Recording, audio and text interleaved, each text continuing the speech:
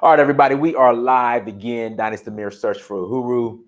And today I have a special guest. It's been a couple weeks now. And tonight we're going to rise up. It is the brother Kala Phanos Genesis. And today's topic is have foundational Black Americans lost relevance in America?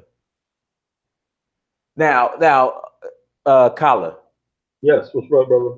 Now, I'm thinking the only way you could lose relevance is if you don't have any power. Am I right or wrong? You're absolutely right. You're only as relevant as the powers that be, the people who are masters of space, whose manifest destiny, who's a constituted authority, the people who have control over the land. That means they control the economy, they control the culture, they control the narrative, they control what's beautiful, they control what's bad, they control what's ugly, they control what's innocent, what's guilty, and they control everything. If you're just basically an abstract or just a figment of their imagination, you are what they say you are. They built us up. They created this phony people called Black Americans and African Americans, whatever. It's phony people that exist in a way, but it's through the eyes, the prisms of white people. Like we see ourselves through the prisms of white people. We tell our story through the prisms of white people. We got actors or producers like Spike Lee. Everything he makes is through the eyes of the black white conundrum in America. So we were never really as people that existed. We can't make anything without white people being included in it, without there being some sort of white theme or some white interest involved in it. That's why you see more and more interracial commercials. You see more. Everything you see is black and white. Is there any other group of people of black people in America deal with besides white Americans? There's all the groups in here that are playing out. There's Arabs and Jews here. There's Africans here now who are talking to each other. There's a whole Asian group of people that connect with Asia, and they got the SoCal Asians, the South California Asians, and you got the North Cal Asians. That's a dynamic that I've been studying and everything. Right. You got Mexicans who are born here. You got Mexicans who are illegal immigrants. That's another conundrum dynamic. But the only dynamic that gets pressed that everyone wants to talk about is the black-white dynamic in America. Why? Because in the black-white dynamic, white people always seems to be the winners. And so I don't want to. I'm not particularly interested in having a conversation on race when the bottom line is we can never fix that problem because you're white, I'm black, and you're always going to be the one that win it. Every time there's an incident goes on, it's always about let's examine the problem in the black community. No, why don't we start examining the racism and the problem in your community? Why are we always focusing on us? Why is everything when it comes down to black, we have an issue that could be just solved with the cop was wrong, but you got the crime in the black community, you got unemployment, you got black women looking to explore the options with white men. All these things is taking a toll on what we consider the black community. Now, if no one has any allegiance to the so-called black community, black women said they need to explore their options and they want to give mixed race and other races a chance. What do we have? Why do they come around and ask for our vote? Why are they coming around asking us to fight against Donald Trump and everything when there's no allegiance to the so-called black community? Did it ever exist? It only exists on election time. We're only black when you could herd us like cattle to the polls. So that's what we're talking about tonight. All right, everyone, let's hit the like button as you come to the chat room. Again, the question is, have foundational Black Americans lost relevance in America? Now, Kyle, I would say this. The demands that ADOS is asking for. Now, again, let me say this. Let me be clear. I agree that there is a debt owed to the descendants of slaves who built this country. Right. But some of these demands, Kala, that are being asked for are stated, are these complaints. Why not just say, look, we want a sovereign nation of our own?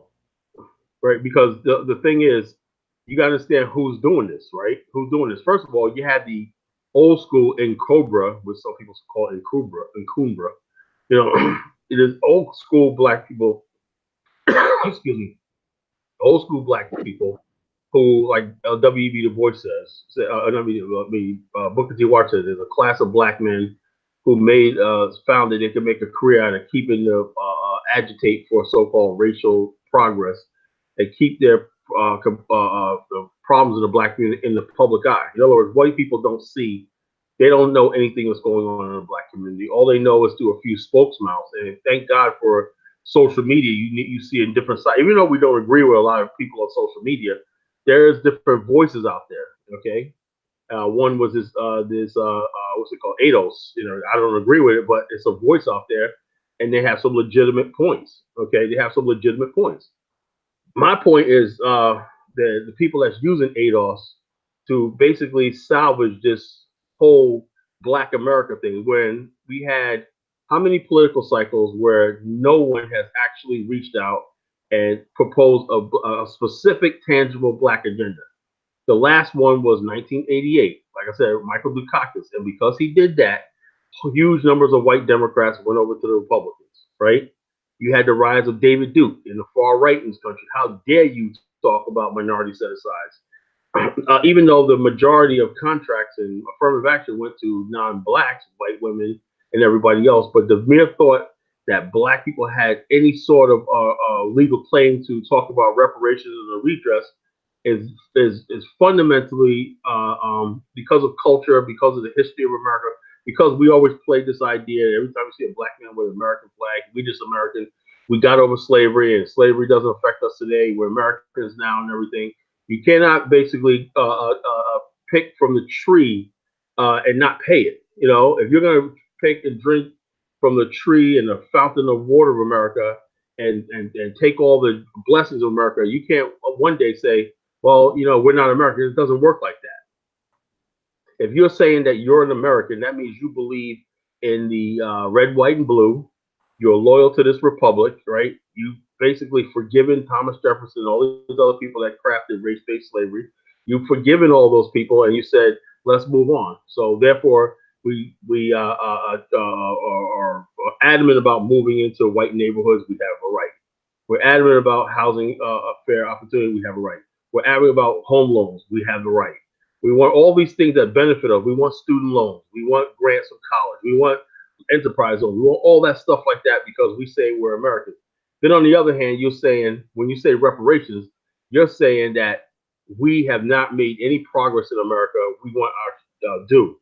But if you say that, then okay, when you claim reparations, what you're doing is severing ties from America. You can't have it both ways. You can't say I'm an American, period, right? I love America. If you love America, then you forget about reparations. Right. The reason why reparations is being used is because it's the last thing legitimate. Affirmative action failed. Minority satisfied failed. Everything else failed, right? So the last thing people want to talk about is reparations, right? Why? Because it gives these voices relevancy. And now what affirmative action, what reparations movement is doing is it's not a Pan-African centered, right? If you're a Pan-African centered, right, a person, right, you're saying let's build with Africa, let's invest. Like we have a lot of people that's doing the work on the continent, that's building these bridges. They're going to the continent and building. They're building relations, building businesses. It's very, very significant of the progress I keep seeing in Black America. The number of Black men. It says 2.5 million Black men in America are in upper class. That means they're making over 150 to $200,000. 2.5 million. That's a significant, right? And so therefore, and then you got, and I look at around on the internet, and you got all kinds of brothers making money, doing all kinds of things, but yet the overall theme of America is Black poverty. Why? Because we're always going to be defined by Black poverty. Because we don't own it. No matter how much wealth we have, there's always been wealthy Black people in America. There was wealthy Black people in America during slavery. Remember, Madam C.J. Walker was the first Black millionaire in America. Right. But the thing is, as long as the masses of Black, as long as you got places like Chicago, we're always going to be judged by places like Gary, Indiana, Chicago, Detroit, all these people, because they are majority Black areas, right, for the time being. Now, you cannot go out into the suburbs and you have a nice house and everything like that.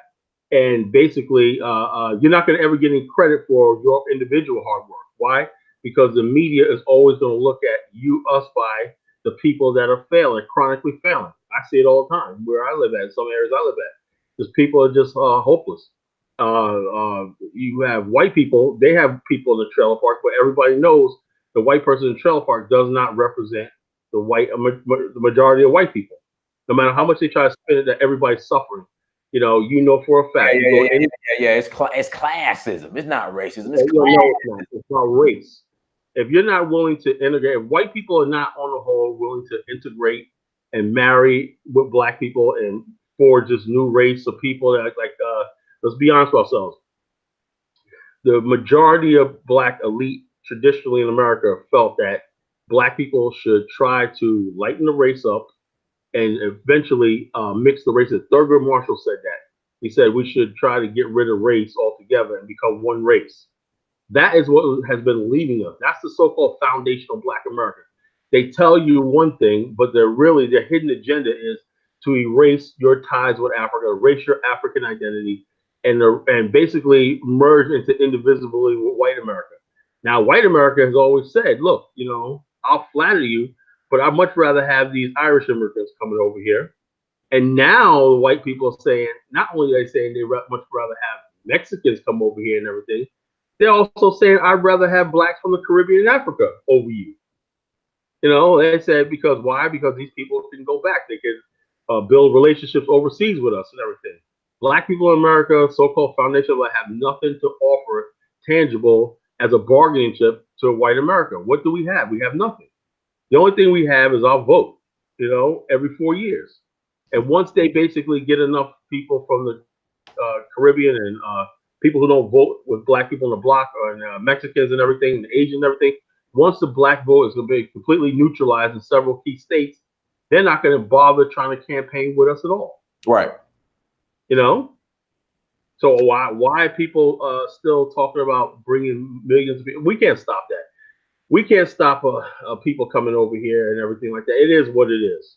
And people think, well, we got to protect. What are we going to protect? How can we do this? We can't stop illegal aliens from coming over here. We can't stop African immigrants from coming over here. We cannot do anything. And people say, well, what's the solution? Well, the solution is we have to make a hard look at building overseas and becoming. Whoa, hold on, dude. Whoa, hold on, Colin. Building overseas. We built America. We built this country. We foundational Black Americans. We built. That's another thing. That's another thing. If you look throughout the South, right? Look throughout the South, and this is gonna piss a lot of people off, right? Now, the South could not have been built after Reconstruction without black labor. You know? Now, the problem is this is a problem in Black America that I don't think people in the Caribbean or Africa have, right? We have a class of black people, and I hate to start harping on colorism and stuff like that, that descendants of people who were pretty much free blacks in America, mostly mixed race people. They're always more educated. They're always more connected with the white community. And there's always been white people who basically had bonds of affection and friendships with black people, even during slavery times, okay? Some of the white people encouraged black people to move to Liberia, go back to Africa, build something, right? And some of them did. Then there's some of them basically who were friends with those black people said, look, I'm an American just like you are. Okay, you're an American just like some of them may be related to white people by blood. But those people are the only people that white people talk to for the majority of black people. Only one time in history was when General Sherman came to, I think it was South Carolina, and he asked the black leadership. He said he was tired of talking to certain black people he met in Washington, D.C., and he asked the black people down there, what exactly do your people want, right? And they told him, we want 40 acres and a mule, right? And that's been turned upside down. What that meant was they said that America should occupy a strip of land here on the coast of the Carolinas, right? As a place of refuge for the majority of black people, so we can be protected from the white majority, because these people will never let slavery go. So we need a place of our own. We need land. We need to be able to build ourselves up, and we need Union troops protecting us for a few generations and everything. Maybe one day we become independent and we enter the United States as a sovereign, as a state, an semi-autonomous state. Lincoln agreed with that. Lincoln said, yes, we're going to create a territory The territory was stretched from Wilmington, North Carolina, all the way down to where Jacksonville, Florida is. A whole strip of coastline, and they were going to, by gunpoint if necessary, force all the black people in the United States to move there. No black people moving out west, no black people moving to the north, right? This is before the Great Migration. So we're going to put all the black people there, and then we're going to recognize Haiti and Liberia and encourage immigration over the next few generations. And that would solve the race problems in America. The black so-called elite in America said, no, we want to be Americans. You know, we want to be Americans. So they're speaking for us. And they had enough influence, right, like they do all the time, by saying, telling white people that was saying, look, that would be the best thing for you.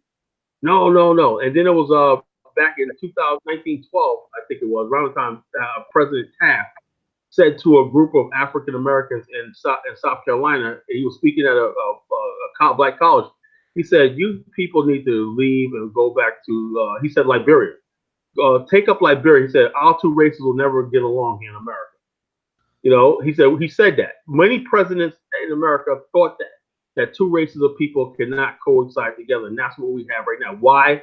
Not because one is biological. People said people can't get together unless there's race mixing. At that time, people basically said race mixing was completely out of the question.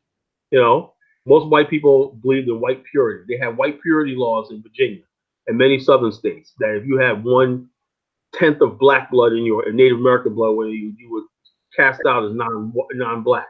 You know, and a real campaign issue in the 1870s during Reconstruction was, what do we do about dark-skinned whites, dark-haired featured whites and everything, and light-skinned blacks? And this was a real political issue. What do we do? See, America is built around color. We don't have a class issue in America, really. Everything is about color. Everything's about race in America. Okay. We know that's why I said, well, that's why I look at this Adolf movie, real stupid, because traditionally, when black people came here from the Caribbean, Trinidad, South America, everything, they migrated to black communities. They went to black churches. Let me ask you this, Carla. So I guess the argument now is that the immigrants aren't integrating into the black community. And my question is, since the war on drugs, yeah, you know, crack era, right, you know, trap music era, right, mumble rap era. What right. black community is the immigrants supposed to immigrate? That's the problem. When you talk to these people talking about our black community, there is no black community. There's nothing but fuckery in the poor, deprived neighborhood. Look at Elijah Cummings' neighborhood. Does anybody really want to integrate into that? No. You know, nobody. You know, and like I said on Facebook today, I said, look, back in 2011, I took a trip from here to New York, right, on Amtrak, right. All right. Normally, now a trip on a train should make you really happy, right? Right. Everything like that, right? Bro, I was so friggin' depressed and mortified of what I saw. First, we drove through Richmond. I was like, my God, man. Oh, my God. This shit is real. Then we drove through D.C. I was like, holy jeez.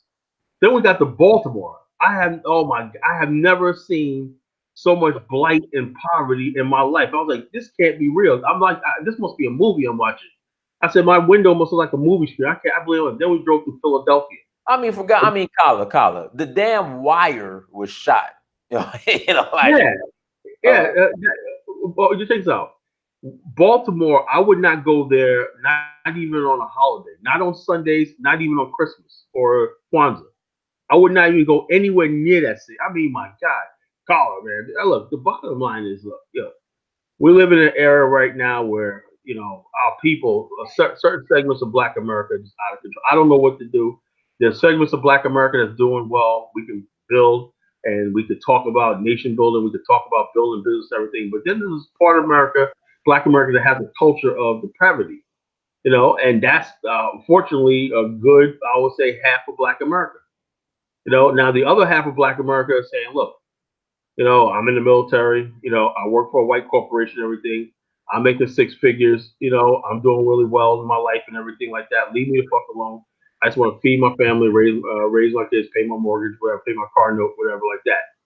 And do you have does any of these people have anything to offer those Black people? No. So people go what they want, go what they do. They take advantage of opportunities there and they try to make a life better for themselves.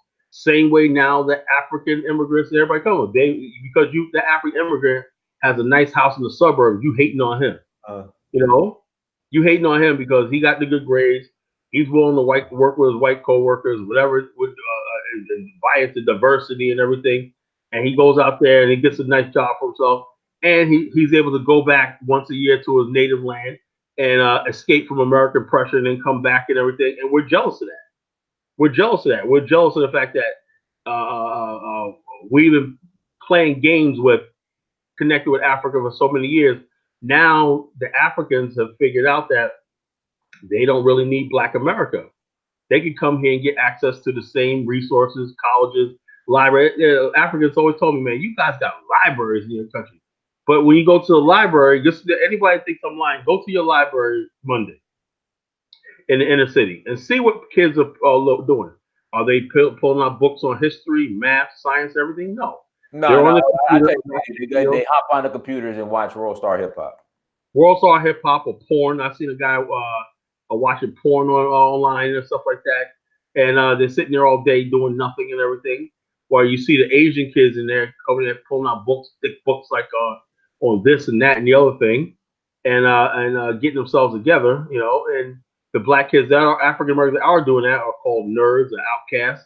Oh yeah, well you think you smart, you think you white and everything. That culture has got to change. Like I said, I always call myself a culture critic. Why? Because I criticize things that I think that are harming our community, and say don't berate me for calling myself a culture critic, because if I didn't love my people, I would say, oh, everything's okay. No, everything's not okay.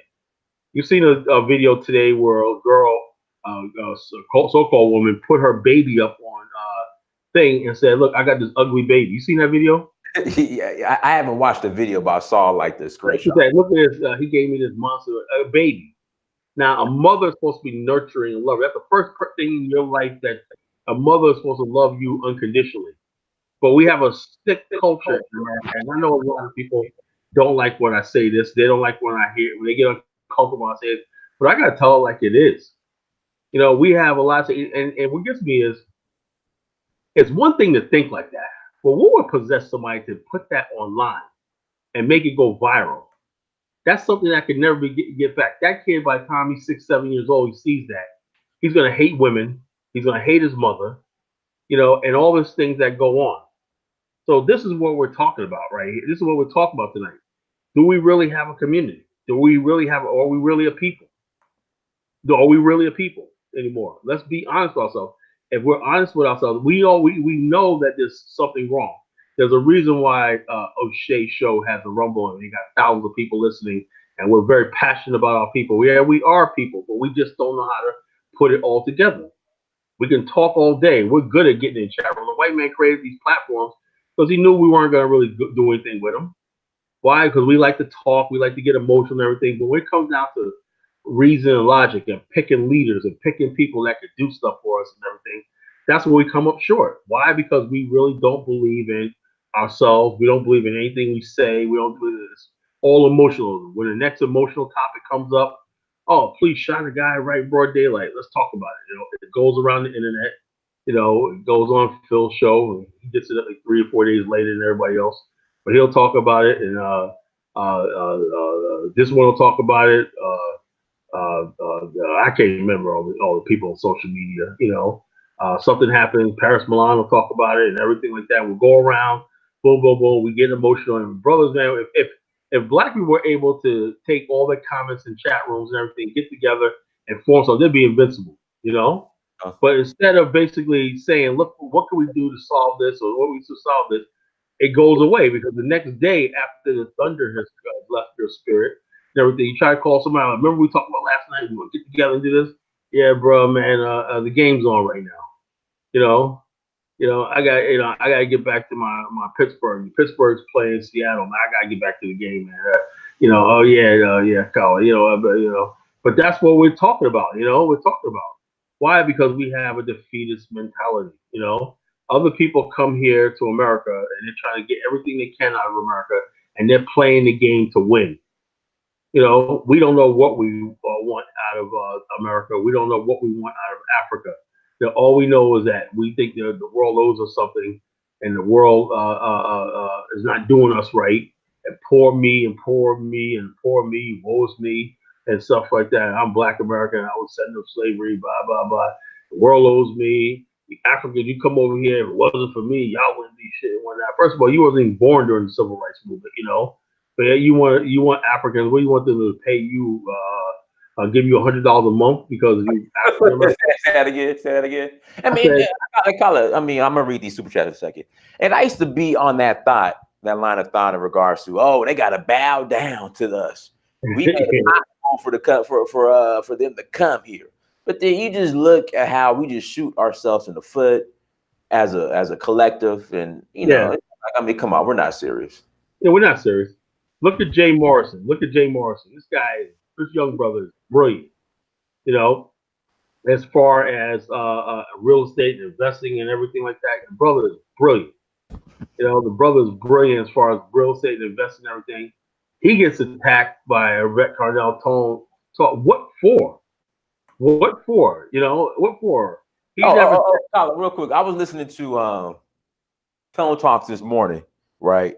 And so he was speaking on the whole Harriet Tubman thing, and he said he said out of his mouth that black folks can't afford acting school. I'm like, you know how many black people I know Yeah. paid for acting school? It's like that it's just again, it's misery. Let me read these super chats real quick. Shout out to Detail. Why don't we have a world view? We are the only people who don't. There's more than just the USA. I've been saying that for the longest. Hold on. Let me read these other super chats.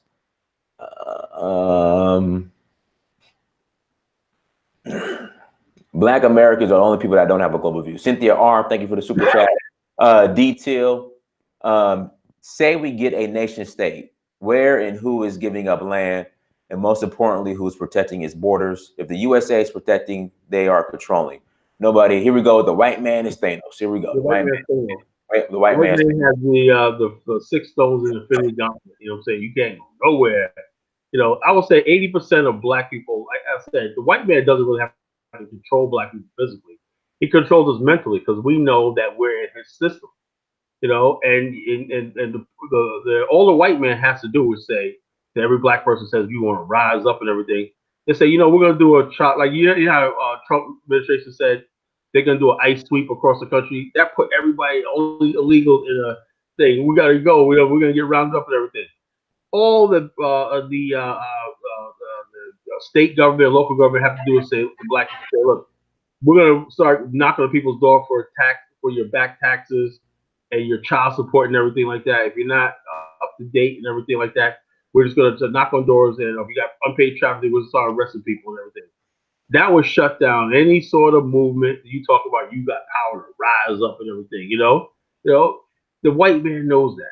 He knows the fact that as long as you have poverty, as long as you have unpaid taxes, and they're always gonna keep you off balance. They're always gonna keep attacking you. They're gonna keep attacking you, and they're gonna keep probing and attacking. It's like when you fight and whatnot, you keep your opponent off balance and everything. That's what they call psychological warfare. Oh, you think you're gonna rise up? Remember, back in the '60s, we had black women with us. You know, we had black women. Hold on, real second, Colin. I'm gonna tell you what was so contradicting about what Tone said. So Tone said black people don't have money for acting classes. Then a guy calls in who said he paid $90,000. He's $90,000 he paid $90,000 for acting school. Right. So what do you say? You know, it's just like, I mean, come on. See, you guys see, in order for them to sell that message, right, you have to believe that black people are absolutely hopeless. No, I think that's probably one of the worst investments you could ever make. But hey, that's on him. Yeah, but there's a lot. Look, you go to acting school. I mean, come on, bro. I see. There's a lot of black people who got money. Right. You see the cars we drive. You see the money we pull out. Remember those 2 women that was sitting in a restaurant? The white woman called one nigga. You know. Right. And they were sitting there talking about, yeah, we got money, we work and everything like that. You see it all the time. Black people always we keep these expensive restaurants afloat. Yeah. You know? You go to any restaurant, any given city, go to Hampton, Virginia, everything like that. Who's sitting there at the bar and everything? Everything from TGI, the Red Lobster, everything like that. Hold on, Kyle. You know the busiest, the most successful, most income generating most profitable Red Lobsters here in Atlanta off of Camp Creek Parkway. Right, and who's in there? Us. Listen, Carl. Of Listen. course, okay. Stop the show. Yeah, Stop. but then, Hold on, Colin. Stop the show. I'm talking about. So I used to do sales. Well, I still do sales, but when I was working in corporate America for Centos, I went in there on a Wednesday or a Thursday at 3:30. All right, Wednesday or Thursday. That place was packed out, and there was a waiting list for people to say at 3:30 on it was like a Wednesday or Thursday. Right. And I met the general manager, and I was like, God damn, it's just, I didn't say God damn, but I was like, damn, there's so many people in here on a Wednesday or Thursday at 3:30. He's like, yeah, we're the most profitable Red Lobster in America. Yeah. Yeah. And black people, when the movies come out or not, how did Black Panther make $1 billion? Most of that was black people. We like that. It's this idea that black people don't have any money. Black folks ain't got no money. Black folks say, see, I do the but look at her super chat. See, y'all super chat me. Hold on. See, I got all the facts. See what I do. See, I got all the data. And I study and I look at the numbers. I got the numbers and the statistics. And I look at the numbers and the facts. And see, black folks ain't got no money. Black folks ain't got no money. See, I done done the data. Hey, thank you for that $100 super chat. But see, y'all. Thank you for. I thought. Y'all super chat me. So I can just tell y'all that black folks ain't got no money. Yeah, I'm here to tell you how hopeless you are. And the bottom line is the black immigrants and everybody else to take it from you and everything. You ain't got no money. So the problem is, you gotta say something about people like her. They're not interested in solving the problem. They know they're using a big and effect. They get low IQ black people to follow them, and they think, and that's another thing about we need to talk about in Black America, right? How people who are educated, right, have traditionally parasited and abused and used and misled black people for generations for their own aggrandizement. That's what it is. Black people, anybody with a degree, say that's another thing. We have this sacred cow in America called education. Being educated, get that degree, get that degree, get that degree, get that degree. And the person could have a degree, and I'm not going to take anything from their education, everything. But the whole thing is, if you don't have your heart and your soul is not pure, if you're not honest and everything, white people have always used educated black people, degree holders and everything like that to mislead black people. Why? Because we look at them like they look like us, but they made it. So we will follow them off a cliff. Now it's time to pay the piper. We've listened to these so-called educated black people for 50 years. We gave them our vote and everything. Because let me tell you something, right? The people that's in power right now running the world, they got there through legislation. Black people play a major part in shaping the politics in America with our vote on the state, local, and federal level. Okay, so therefore, we have not gotten a return on our investment in the American political system. Why? Because we have been told that. Let me give you an example. There is the Congressional Black Caucus, or the Congressional Black Caucus, right? Mm-hmm. Charlie Rangel and all these people have been there before most of us have been born, right? Right. And so John Lewis has been there before I was born. John Conyers. What really not pissing me off, but it's just the dumbest shit ever. The black people who defend these people refuse to immediately move out of their districts when they get some money. And I asked them, why do you not stay in these, John, your boy Elijah Cummings, why don't you guys stay in these people's districts? There's no opportunities, the schools are suck. Okay, well. And also the biggest thing is crime. Crime is terrible. Crime. Black people know, no matter how much of a suit you got on, what your degree is, no bullets don't recognize all that, You could be stuck up and robbed and killed and everything. Look at in my area right now, my area, we have one murder a day going on right now. Every time I get ready to think, things are level on, get normal. This has been a hot summer. People are getting shot and killed left and right. I look at my push notifications, my local TV station and everything on the internet. Boom, 19-year-old shot. It's like, it's to the point where it's like, Everybody's now talking about crime and the thing. And the bottom line is it's all coming from the so-called foundational Black Americans. It's not coming from the Liberians. It's not coming from the Nigerians. It's not coming from the Caribbeans and everything. It's coming from so-called foundation. That's your base, the foundational Black America. That's your base right now. You talk about gentrification, right? You know why people are regentrifying the neighborhood? Because they're tired of so-called foundational Black Americans. Everyone's trying to move out. Everyone's trying to get away and everything. The crime, the filth, the poverty, and everything. People not caring. People not caring about their kids. The kids are disrespectful. I saw a video today from DC where these teenagers beat this older lady that was on a scooter. Beat her, yeah. beat her like that. So we got kids. Our kids are out of control. These are so-called foundational Black Americans. What are you going to do with it? What are you going to do about it? That's what you're trying to build a movement behind. They don't vote. You know what I'm saying? They don't want all the stuff you talk about. Now, other people come over here, the Africans, you give them school, they're going to take it, right? You give them education, they're going to take it, right? They're going to get that degree. They're going to get all that stuff like that, and they work for years, and they make the money, and they invest back in their continent. And like I said, I could do a lot. I could tell you the truth. I could actually build a movement better with these African immigrants than I could with Black people in America. I'm just gonna be honest with you. Black people in America have a lot as far as like intellectual and stuff like that. Black America have it supreme. I give Black so-called African Americans that, right? But the thing is, we don't know how to do anything with that intelligence that we have. We don't know how to do anything.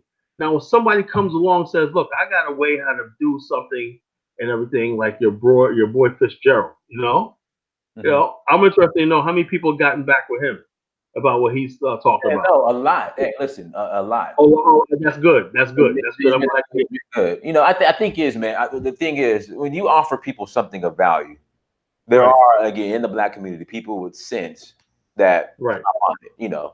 Let me read these super chats. Let me read these super chats. Shout out to Detail. Went to Harlem, nothing like it was 10 years ago. Absolutely, it's been completely gentrified. But per everybody, that's Donald Trump's fault. African Americans are not Africans. If you think so low of us, why not say forget us? We're not African anyway. Okay, thank you for the super chat. Anyway, thank you for the super chat. Let's see here. There was some more. Shout out to Odos80. Chima, thank you for the super chat. He deleted his comment though. Thank you, brother, for the super chat. But yeah, go ahead. All right, guys, please hold on. Please hit that like button. We have 245 people watching, 102 likes. Please hit that. Please hit that like button. Now go ahead. Okay. Now, here's a good questions are being asked in the chat room. Now, see, the problem in Black America is we do have people that do this stuff, right? Mm-hmm. But we also have a whole culture that frowns upon Black success. That frowns upon Black achievement and everything. Oh, who's that nigga one now? He got his money and everything like that. There's always something evil behind it. It translates to when you start talking about Africa, right? If you see an African country doing well, right? There's no crime, there's no refugees and everything like that. He must be in the pocket of whoever's running that country must be in the pocket of the white man, because we all know the white man is Thanos. He's all merciful and all blessings. We have the same thing when we talk about Liberia. The American Liberians built Liberia. They were successful. Oh, they got it because they oppressed the natives. They exploited them. They ran an apartheid state and everything. So if I'm a successful Black person, let me give you an example. Richard Smith. What was his name? Robert Smith, the one that gave it. Was it Robert Smith or Richard Smith? That one that gave the billionaire? Robert Smith. Robert Smith. Okay. Why do I got to go out there and defend him and say, look, he gave $40 million to an HBCU. And guess who complained about it? Guess who complained? It's Black people, And like I said on the show, the other hold on, here we go, Kyle. Here we go. It's not fair. It's not fair. See. Well, it's not fair to set the standard is to give the money to one's graduating class. That's not right. That's not fair. You cannot satisfy these Negroes.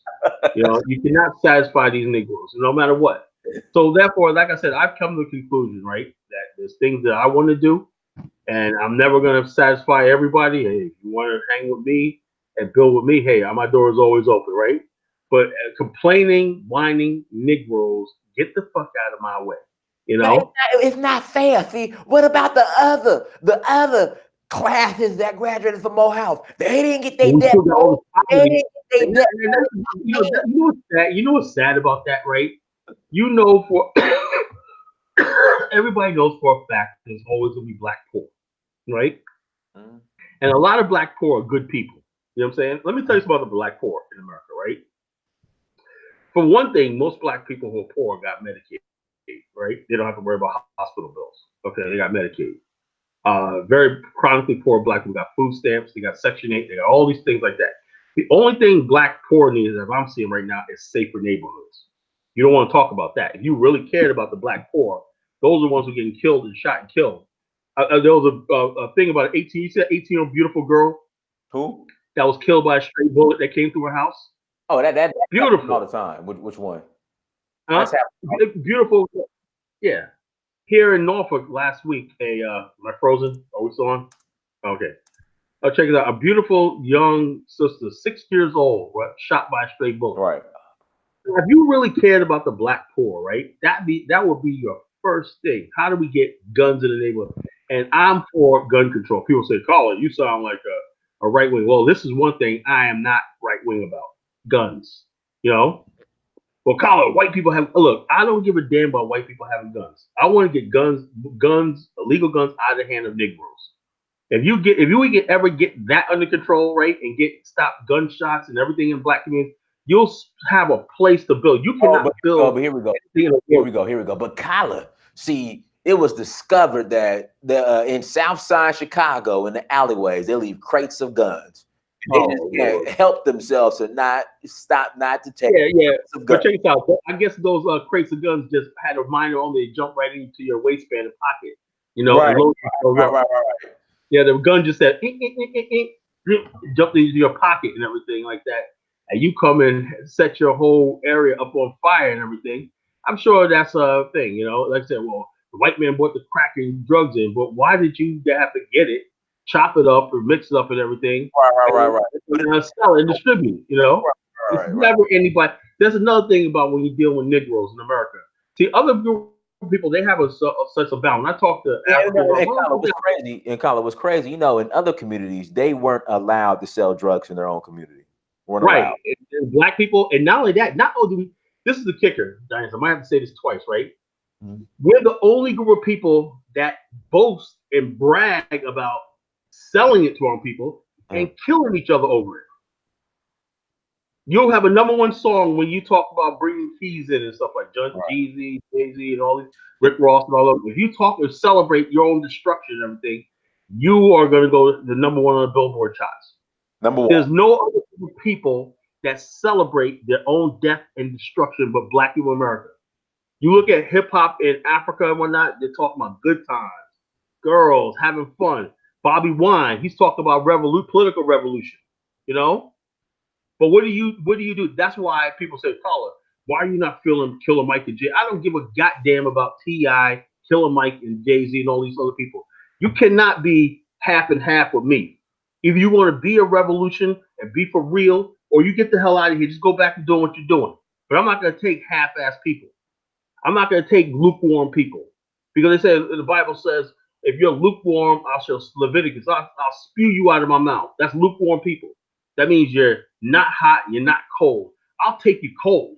If you're cold, I can deal with a cold person. He doesn't know about the revolution. He don't know about salvation. He don't know about a revolution. He don't know about nationhood. He don't know about all that stuff like that. I'll take a person who's cold, right? Because you can always warm him up, right? I'll take a person who's hot because they're on fire. But when you're lukewarm, you're half in, you still want to be out there in the streets and everything like that. You still want to glamorize all that garbage and everything. You cannot get to salvation. And the whole thing is with Black America right now, the poor Black people in America. If you get we get crime under the control of poor Black communities, that was it. But the thing is, you get attacked, right? I seen Detroit 360 get attacked. As a matter of fact, I remember this. One of the guys with Detroit 360, right, was on my show back in 2009. I just remember this a couple of years. I said, wait a minute, I remember this. I saw him on YouTube, right? I said, "Oh, I remember this guy." He called him a show one night. He said, "Yeah, I'm a crime fighter." And then one guy, who his friend, was called Batman. He had a Batman uniform, right? He was kind of corny, but he was like, "Yeah, we're crime fighters." Then they'll form the Detroit 360. We're gonna patrol neighborhoods. We're gonna make sure kids get to school, everything. But you don't want to talk about that. That's corny. You know what I'm saying? You don't care. So you don't care about kids have to run bullets and everything. How we stop gang fights and everything. How we de-escalate. There was a program in Chicago years ago where they had this de-escalating thing, right? Where black people in the project said, we form this thing, right? Every time we hear that there's something going down and whatnot, we go out there, we knock on doors, say, "Look, man, come down here and let's just talk this out." And the people, the gangland, will say, "I thank you, man. You saved our lives and whatnot, because nobody will want to back down." They said, "We're going to be the peacemakers. We're going to do this and everything." That's what you do to your community, to tell them that you care about them and you love them and everything, right? Then they're ready to listen to your message. But when you're phony, right, the only thing you want to talk about is police brutality. You got to talk about everything. Because people are like this, well, why do we have all this crime and everything in our community and everything? Why is South Side Chicago so hot and everything? And then a couple of years later, after the neighborhoods are boarded up and everything, when people start coming out and start rebuilding and everything, you're saying, why are we having gentrification? Why? Because you let your neighborhood go down. Well, what can we do about it? Well, when the time was around, you had Detroit 660, you had these interventionist groups and everything like that. You had this guy saying that he knows something about business and everything. When you had this other guy said, "I could run you for a month," you didn't show up, you didn't support them and everything, and they all said, something. And when the neighborhood finally died, so there's consequences for your actions. Guys, let's get these. Let's get these likes up. We have 252 people watching, 125 likes. Shout out to African Diaspora News Channel. We better have an African plan because white supremacy is done with us. They imported our replacement. The Hispanic population is 18%. As white supremacy continue to fall, they will take it out on us. Right. Yeah. And like I said, the whole thing is we have to get to the people, like the people that's doing stuff. Like there's a lot of people that want to come into the black community and work, that care and everything, but we don't really give these people the platform and the thing. Like your girl Erica Williams, I think her name is. Remember? Yeah. Mm-hmm. And I know stories like that, but I would like to see. I know this, right? I know this ahead of time. It's hard dealing with black folks and everything because you say, "I'm gonna help people get the credit score. I'm gonna help you there," and then when they don't show up and everything, they don't show up and everything. We're always projecting our do-gooder mentality on people and everything when they don't reciprocate. Now you can only help people that want to be helped, right? And those other people, that's your word to you. That's what I believe in, is gathering the people that want to be with us and want to build and everything like that across ideological lines and everything. But what do we do about the people that's left over? And like I said at the top of the show, we see ourselves through the prism of white people. When we see the crime in the community right now, only thing we're worried about is not even for our safety, right? We're saying this makes us look so bad. And now, here's the kicker, right? Here's the kicker, Dennis, right? For years, I've given up on what white people think, right? Mm-hmm. But when I started reaching out to Africans, right? And they started grilling me about black on black crime and drugs and sagging pants. I'm like, oh my God. You mean the white man had it planned out that not only that he's going to turn Asians and other white people against us, now he's turning Africans against us, Now we're being blamed for the gang violence in South Africa. They're saying that the gang culture was imported from people listening to black music from America. How can you build that? That's not people. What happened to? Because this is the thing. Whenever this is the issue I have, and I continue. I know a lot of people disagree with me on this. Whenever you bring up black culture, is one or two things: hip hop and soul food. And I'm like, and we brag about importing or exporting hip hop and soul food. Right. So now I disagree with people pinning gang violence on black Americans, but we brag about hip hop, and basically that's what hip hop is now. That's what we brag about. It's gang culture and everything like that. Yeah, that's what we brag about. Oh, we got hip hop. It's hip hop. That's the culture. Yeah, and that's another thing. Yeah, we got Jay-Z and all that. Africans love it. That's what they're given and everything. We have no means to. That's what sells. Let's be honest with ourselves. What sells is what sells really what we want to be represented by. Is that all it is? Whatever happened to African American folk culture, folk music? What happened to our regular R&B, jazz, and all these other thing music that we created, genres that we created, and stuff like that? You know, is the only thing, only culture African Americans had helped disco. They helped the '80s, like a band like the SOS band, and all these other people that people still play to this day. You know, Donna, something, whatever like that. You know, we are more than just hip hop. And then not only that, we're not the ones exporting this culture around the world. It's exported through social media Mhm. and white people and everybody else and everything. So people think when they think of Black America, they all think it's all hip hop. Now you can't go against that because people will call you a hater. All right. They'll call you a hater. They'll call you and say you're a hater. You're jealous and everything like that. So my whole point is that we're more than just hip hop. You know, we're more than just stuff like that. And then I remember there was a guy on your show months ago, right? He was an African guy. He said, "Man, he was from Kenya." He said, "I didn't know Black people in America were like you, Dynasty." He said, "You know, all we think about is basketball players. We think of Shaquille O'Neal and all these other people. I didn't know there was Black people that were into politics like this. You know, that were well versed." And someone wrote in the chat room, one of the shows you and I did a little while ago. He said, "Yeah, you need to have Kyle Jennings back on. He knows a lot about Nigeria. Remember that?" And I'm Mhm. saying, and I'm like this. There's a lot of people like Kyle Genesis in Black America. You know, there's a lot of people. There's a lot of people that have a global view of the world. Yeah, I'm not the only one. But the whole thing is what the people see is Black entertainment. You know, all we know how to do is talk about guns, drugs, and then when they want to get serious about something, now we've been intercepted by the likes of Roland Martin. You know, uh, Roland Martin now wears a gown, a dashiki gown down to his legs and everything. And he's now how Hold on, the hold hell? on, hold on. Okay, keep talking. I gotta pull the picture up, bro. I'll say, yeah.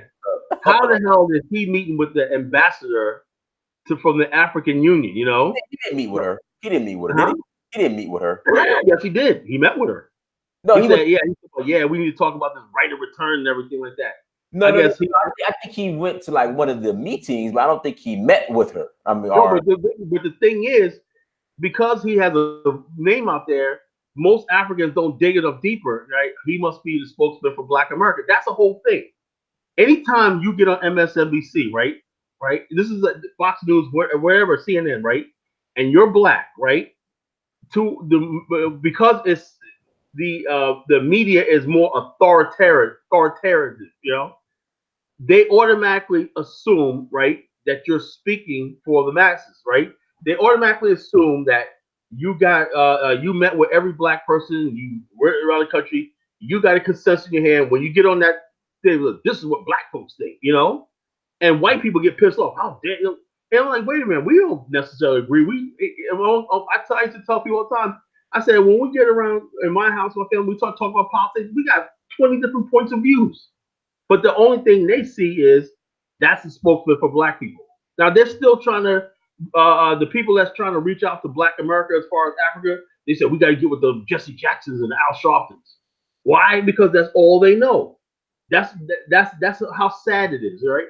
Or we got to get with some rapper. You know, we got to get with some rapper. Whoever's out there in the media, we still, after 400 years, do not control our own image, our own narrative.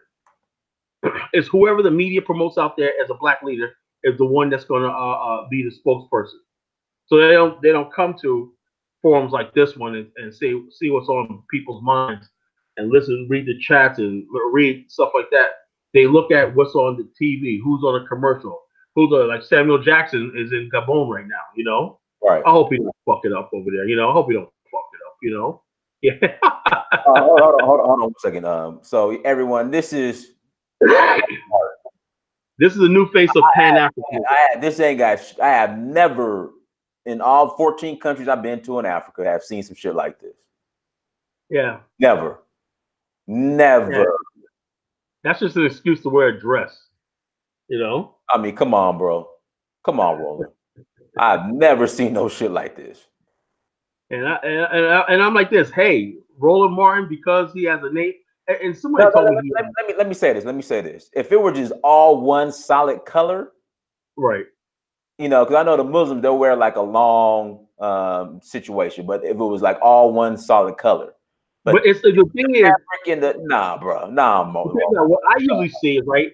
It I've goes never, down halfway down your ankle, right, and you have pants and trousers to go with it. You know what I'm right, saying? exactly. Like you, okay, here we go, here we go. Let me stop you right there.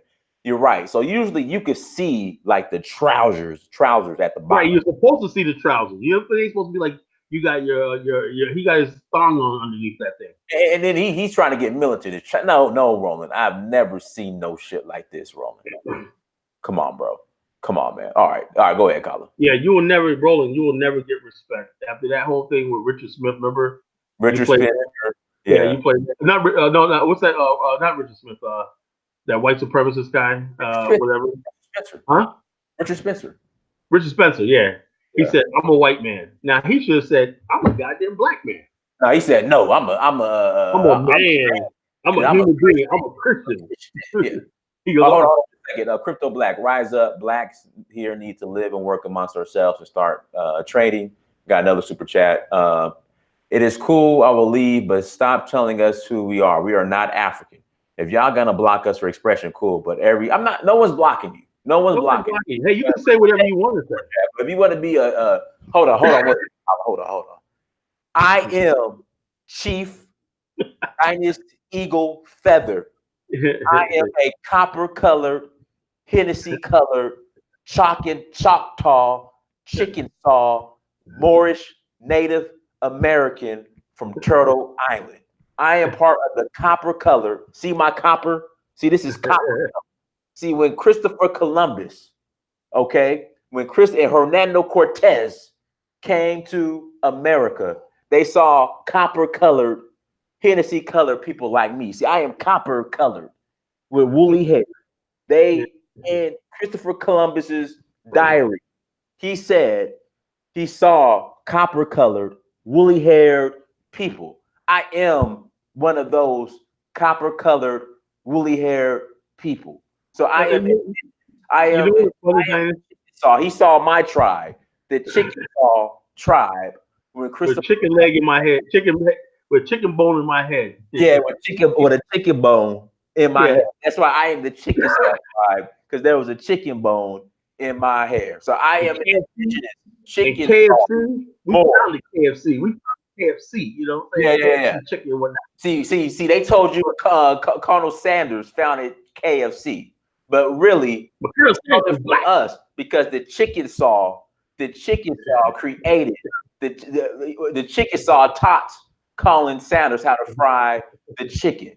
He taught Chickasaw tribe, the copper colored, copper colored, taught Colonel Sanders how to fry the chicken. So KFC was really branded by the Chickasaw tribe. And we are from Turtle Island. Yeah, somewhere in the chat room is saying somebody saying Dynasty is real deep. I didn't know all that. I am Dynast Eagle Feather. Dynasty Eagle Feather. Dynast Eagle Feather. Yeah. So the whole thing is, you know what cracks me up? Yeah, Colin, the Mississippi River is really the Nile. The Nile, yeah. And not only that, somehow we got to throw Israel into it. America is really Israel. And this is our home. America is Israel. And one day the white man's gonna up and leave and give us back our land. That's the plan. Right. We already have the case at the UN. We already presented the United Nations.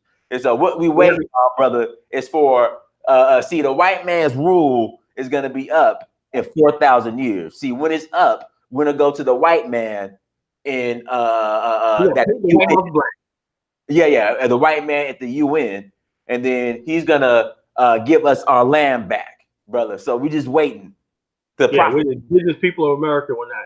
Yo, I seen that one dude that tried to steal the house, a $2 million house.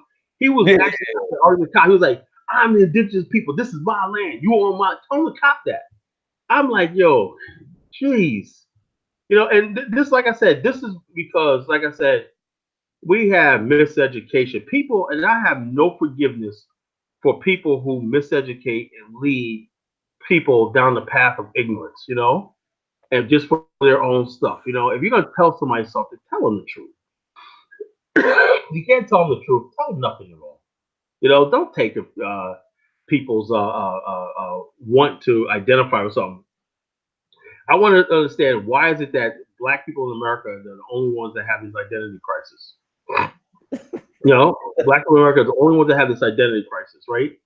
You could have somebody who looks like he's brothers with Shaka Zulu and that, talk about I'm Native American or whatnot, because he has a perm in his hair and stuff like that, and has so much disdain for his race and everything, like your boy Alquan, Yeah. telling me he's not African. What does this disdain? And you understand, you haven't put the pieces of puzzle together. You know, the reason why you're going through the hell right now, because you do not connect with who you are. Once you understand and accept who you are, and accept the fact that what happened to you was wrong. The transatlantic slave trade was wrong. What America did to us was wrong. Now, I agree with reparations. Yeah, reparations paid, but the first thing you need to do is say, we need a nation state of our own. Now, it doesn't mean that you can't go and live in any part of Africa you don't want to and everything, but the soul, let me tell you something about this, the soul of Black America, right? The very soul, who we are, needs to be on virgin soil. That's who we are. If you don't want that and everything like that, then we are going to die in America. And that's what we're headed towards right now. We're in a political quagmire, right? I don't want to hear about this next election. That's why you don't see me comment on this anything or dealing with this next election. I'm over America. I'm over American politics altogether. I've seen after 8 years of Obama. After 8 years of Obama. In all fairness to Obama, right? And I'm gonna get on Obama, but after George Bush did what he did with that Iraq war, right? An undeclared war, $4 trillion, all these people, and I knew it was going to lie. I lost friends over that Iraq war, right? Because I said, no, he's lying about weapons of mass destruction. It's all about oil. It's all about him trying to avenge his daddy and all this stuff like that, right? But the fact that you had people like Hillary Clinton voting for it, the fact that you had Democrats voting for it, the fact that you had the New York Times. Now, people always tell me, and CNN. Now, people say, oh, CNN and MSNBC are liberal organizations. No, they're part of the globalist elite. We don't have any, America doesn't have any real national news correspondents like you did when you had the days of Walter Cronkite and what's this guy named? F.R. Murrow. You don't have correspondents and anchors like that anymore in America. What you have is hacks and global people who don't see America as a sovereign country. If they don't see America as a sovereign country, they're not going to respect African sovereignty. That's what's going on right now. If China gets their way in Africa and everything, China's not trying to industrialize Africa. They'll give you infrastructure, right? Because they know black people want to have nice roads and airports and everything like that. Like they built the airport and they. But the thing is, they're not going to move their heavy industries on the African continent. 400 years of degradation, and we really don't have any heavy industry on the African continent. That means anything heavy machinery and all the stuff like that that used to build infrastructure to finance the initial infrastructure is made outside. That means there's a capital flight. There's always going to be a capital flight until Africa knows how to make and mass produce machinery of production. Everything from excavators also has to be made on a continent, and it has to be agreement between African countries to purchase those things. And every African country needs to be invested in those heavy industries. I hope Nigeria gets its steel industry together. I don't know what's going on with it now and everything like that, but they were talking about revamping the Ogun steel mills and stuff like that. But I hope these things happen. Maybe I'm wishing for too much. Maybe it's just old. Maybe I hate to say it, maybe we're just meant to be at the heel of every other race. Why is it? And I was talking to one of my partners the other day. And I said, look, shipping, something Africans can get into, right, to alleviate some of the capital loss and net loss of things, is have African-owned shipping companies, right? First, by contracting shipping companies to give a skill transfer. You tell me after all these years, Africans can't ship their own goods in and out of Africa. There's got to be Lebanese ships, and all you have to rely on their shipping lines around the world to service a whole entire continent. You're never going to grow until you learn how to export. You have core export terminals all around the world selling your finished product to the world. That right there will produce an African middle class, you know. But no one talks like that, right? Because Africa has not tapped into the many millions of Africans who live abroad. They got to stay in London forever. They got to stay in America forever. Then you got African Americans who are interested in Africa. There's no way of reaching all these people. Say, look, how can we bring these people here with their skills? Perfect example of what I'm talking about. Zambia. Now this is gonna make you mad. Make you mad, right? And we know Zambia is the #1 producer of copper. We know how the guy that Bill Clinton, Mark Rich, that Bill Clinton pardoned, was part of a robbery of Zambia, and he was hiding out in Switzerland. He tried to fake his death, whatever like that. And Right. European speculators, right, made billions of copper futures and everything, while the Zambians went broke and everything, trying to maintain these copper mines, right, where they were fluctuating the price of copper up and down, right. Now the thing is, why didn't Zambia learn how? Now they bring the Chinese in, right? To bring copper. Chinese are only interested in stockpiling their copper bullets and monetizing them in the yuan, currency. Why doesn't Zambia do it themselves and everything? Zambia's offering investors to come in to manage some of their copper mines and develop it. Now, this is what the problem I have, right? How come there's not enough Zambian or African personnel like Paul Kagame did? He tapped into the brain trust of surrounding Africans, Ethiopians, everybody like that, to put together boards and corporations that could manage business and modern business logistics. Mm-hmm. Instead, Zambia relies on too much of white expats and everything. There's not a sense of nationalism, right? Nationalism was when you put down tribalism, you put down all these ethnic things and say, look, we're a nation and everything. I don't care what part of the country you came from. Let's build this. There's not a sense of nationalism. So it's easier to let somebody, a foreign country, a foreign entity, manage copper mines and stuff like management, and you just give the government a cut. That's what the problem is. There's enough talent. You don't. The whole idea is you have to develop human potential. You can have all the natural resources all you want, but if you don't have your logistics and your infrastructure in place and your human capacity in place, that means you bring in a certain amount of engineers in, you bring in a certain amount of investors, a certain amount of bankers, a certain amount of people who can put it. We have that talent in Black America. I know people tell me all the time, say you go to Atlanta, you're always stumbling over Black people who got this degree, that degree, and stuff like that, but there's not enough opportunity because we have not taken globalism and investing in Africa seriously. And that's what I believe the sister city projects and cities with Black people in the majority are going to play a role. We want those people, Black people who could be like another Jay Moore. We want more Jay Morrisons heading up businesses overseas in Africa and back away. We need those people that's going to go out there and do this stuff and everything. And we want to get behind them by giving them our support. Giving them our support, saying yes, yeah, we appreciate what you're doing. Make that money, make that. Why? Because you're going to inspire other brothers to get up and do the same thing. There's going to be other Jay Morrisons coming up, doing the same. He can do it, I can do it, right? But we have not shown that right here. How many people didn't even know who Robert Smith was, right? But now they do, huh? You know what I'm saying? But now they do. I knew who he was, but until he did that thing, I said, "Oh, I didn't know." Everybody thought Oprah was the richest Black person in America.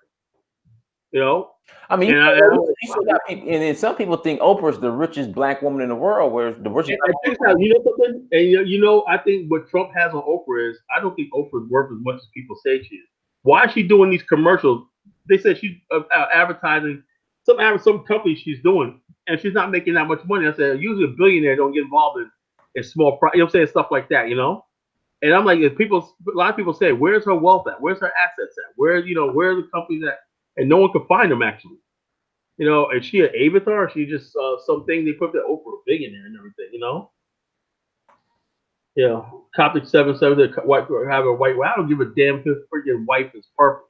If a Black man wants to put $1 billion into $40 million into a black America, and with the hope of that these guys are gonna come out with that, use that debt free status, not to buy a bunch of Benzes and all the stuff like that nonsense, everything, but take that time, that break you have, right, to invest in your own black banks and we got cryptocurrency coming up and all the stuff like that, and you can basically start building stuff based on a future with Black America, because this thing about Pan Africanism that we're talking about investing in is not going anyplace. I was really pleased. I wish I could have got on the show when we talked about Pan Africanism on the O'Shea show. I think Dynas, you did really good on that show. Those two shows and everything. Yeah, man. But I gotta. Don't worry about. Don't worry about. Don't worry about the message is getting out there. In other words, basically telling these Negroes, we can do it right here, Negroes, that this ain't going anyplace. And it's what appears becomes apparent. This ain't going anyplace. College Genesis ain't going anyplace. I'm gonna keep saying it. I'm gonna keep giving support, and I'm gonna keep stomping you in the freaking head until you get it through your head. So, like I said, that was a really, really good thing. Yes, investing in that. Some of us believe in hardcore. We need a nation state. Yo, we don't understand that, but everything too. We need to invest in Africa. Some of us need to assimilate in African different indigenous cultures. Some of us need to learn different African languages. Some of us need to marry into Africa. Some of us need to do. Some of us need to invest in Africa. Whatever it is, we need to be involved. They should see us involved. Yes, the end game is a nation state. That's the end game. But all these things are important. If we're globally connected and we're sharing views and information and everything, you will see things change. And I'm really jealous of the next generation. Guys, I'm really jealous of the next generation, right? Because we're laying all the hard work. And the bottom line is now, that when you talk about Africa, look at my boy Mark Brent, Yeah. I never forget. I met him back in 2015. I think it was the same month we started the Ning site, right? I met him in Virginia Beach, right? And I said, I can never forget this, man. I saw the back of his dome head, right? Getting out of the car with him and Herbert, right? They were getting out of the car, and I saw his license plate. It said Brenton. I said, Benz. I said, oh man, this dude got money. He had a Benz like one of my sisters. My sister had two Benz. He has one like my sister. And I said, that must be Mark, right? He did say he's going to be in Virginia, but what is he doing down here? He was in Northern Virginia, but he was in Virginia Beach. I was like, I yelled down the street. I go, Mark. He looked around like, who the hell's calling me? I go, Mark Bratton. He goes, who the hell are you? I go, who you think it is, man? We just was talking yesterday on Facebook. He goes, Kala? I go, yeah, we were just all sitting there, just gave us like a group hug. What's up, brother? At the time, he was going to South Africa, right? He was, remember I told you, Dynas? Oh, I don't know if I want to clown him on the air, right? I want to clown him on the air. Remember I said the Hakuna Matata thing? I didn't want to clown him on the air, but he was one of those, yes, I'm going to Africa, and he was going. I was the same way. I was the same way. So yeah. Everybody had that Hakuna Matata moment, and I was like trying to tell him, look, man, you gotta. I was telling. I said, look, I just got burned in Liberia, And shout out to Fafa Fumlao for the super chat. I'm paying his dues. This is a space for building the African man and woman. Shout out to Gregory Wyatt. Your efforts are yielding fruit when your troll population becomes active with mindless, non-productive, horizontal issues and attempt to deflect and confuse the message. But they can deflect all they want, all right, what I'm saying? I didn't get where I am for just being soft doing that. Nobody pushes us over, and this message is going. But I'm nobody on that, because if I go, somebody else will step in my shoes. I know it. This message is eternal. It's infinite and it's eternal. So the bottom line is, if you think you're gonna bump me off, whatever like that, then somebody's gonna be here to take over my place. But like I said, he had his Hakuna Matata, blah blah blah. I'm gonna have these African dolls and everything. And I said, well, bro, you gotta slow down, man. Africa's not as easy. But he said, I went over there and whatnot, and I'm African American and blah blah blah and whatnot. They love it. I say, I know they do worship African Americans over in South Africa. I know, I understand that. But I said, but investing with them long term, they don't have the work ethic and stuff like that. It's not like the United States, So So he went over there. He started. He found his doll manufacturing with black dolls and everything. That didn't work out, right? I think somebody picked it up, or I think he sold the business in Nigeria, whatever like that. But anyway, he rebounded, right? And he has a tourism business. I think the best one I've seen so far. Tourist packages. And he has him and his wife. They have a radio, television show in South Africa. They're really taking over. So they're doing they're living the African American South African dream. They're in the high society of South Africa. They're doing tours, investments. They got capital group, all stuff like that. Everything I think, and I'm basically changing my opinion about South Africa.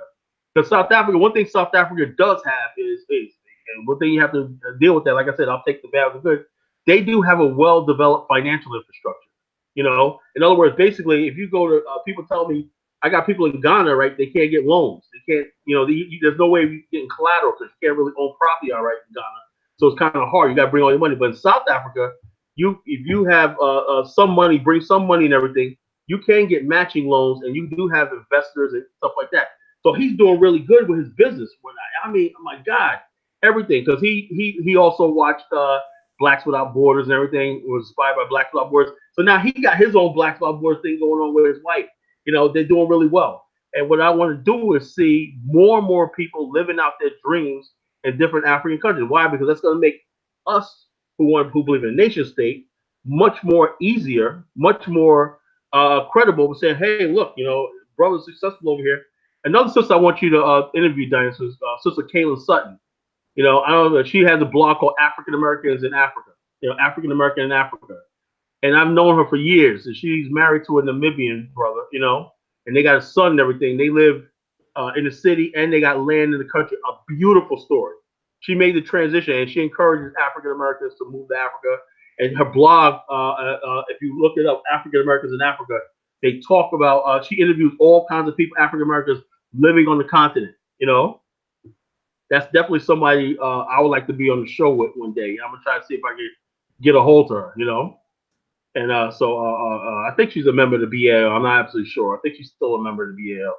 But and we got so many people doing stuff on the continent that needs our support and our showcase. Saying that these people that's out there doing that, we're proud of you. You're pioneers. We want to get behind our pioneers on the continent, and people that's doing work in the Black community and people that's doing stuff like that. And we're gonna tell people that all hope is not lost.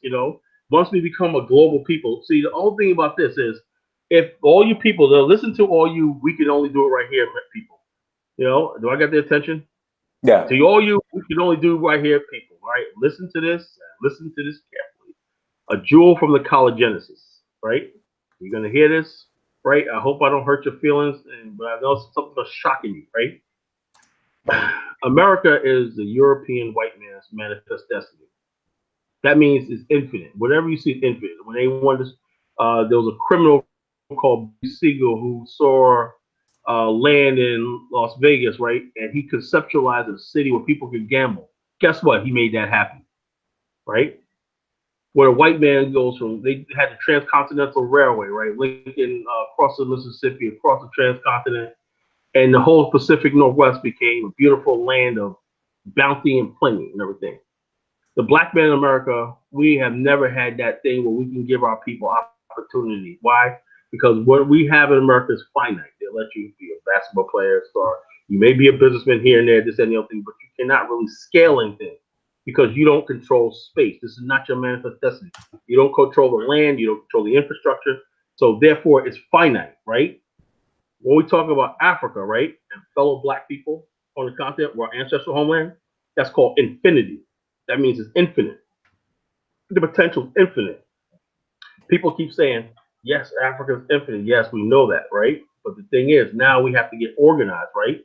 We have to get our money right here. Like I said, I was encouraged what I saw on the Shea show, where you had brother, and the brother that you had on your show a couple weeks ago, a light-skinned brother that said he has investments in Senegal and stuff. He goes back and forth and everything. The brother you had on your show a couple weeks ago. And I was like impressed. I was like, yes, that's what we need. And no one's telling you got to get on a boat and jump on there or get on a plane and move to the continent unprepared. But it does mean that there is going to be opportunity and everything like that on the continent. And those who are also doing things on the continent, we just need to support them. We need to support them with encouragement. Yeah, I got a plan. I got a plan. Does Colin have Mr. T. Children? Yes. My plan is to live on the continent. I didn't say this, but in 2021, I plan to live on the continent at least 6 months out of the year. And in 2022, right, in 2022, I plan on living on the continent at least 10 months out of the year. That's my goal. And if everything goes the way it's going right now, well, I'll be there. But hopefully, I want to even visit the continent this year. This year I want to try to go to the continent. I don't know what country. Everything. By Christmas time, I think I might go to the continent, or I might go over there with diners. Depends on how could I get where, I don't know. Where on the continent, I don't know. I can't say that, right? Because like I said, to be perfectly honest with you, right? Perfectly honest with you, I'm looking at a couple of countries where I want to live at and everything, but safety, the healthcare system, and all that thing factors have to be factored in. Can I transfer my healthcare plan? Do they got good doctors? They have medical and stuff and things like that. How are their money? Are the banks safe and everything? Will my money be safe transferring? Wire transfer back and forth, man, because my money's gonna be mostly in America and everything. But can I get how can I get a vessel of property on the continent? And everything? I don't know. You can say where? I have no idea. Hey, Yeah, I'm looking at Colin, real quick. Let's guys, if you want to call in, email us. We'll walk for about. Yeah, call in. You guys want to jump in? Call in and Call in. You want to talk to and debate Calathena. Send me email. You want to debate the Calathenos? Come on in. How many people must get a bloody nose before somebody realizes Kala really is Thanos?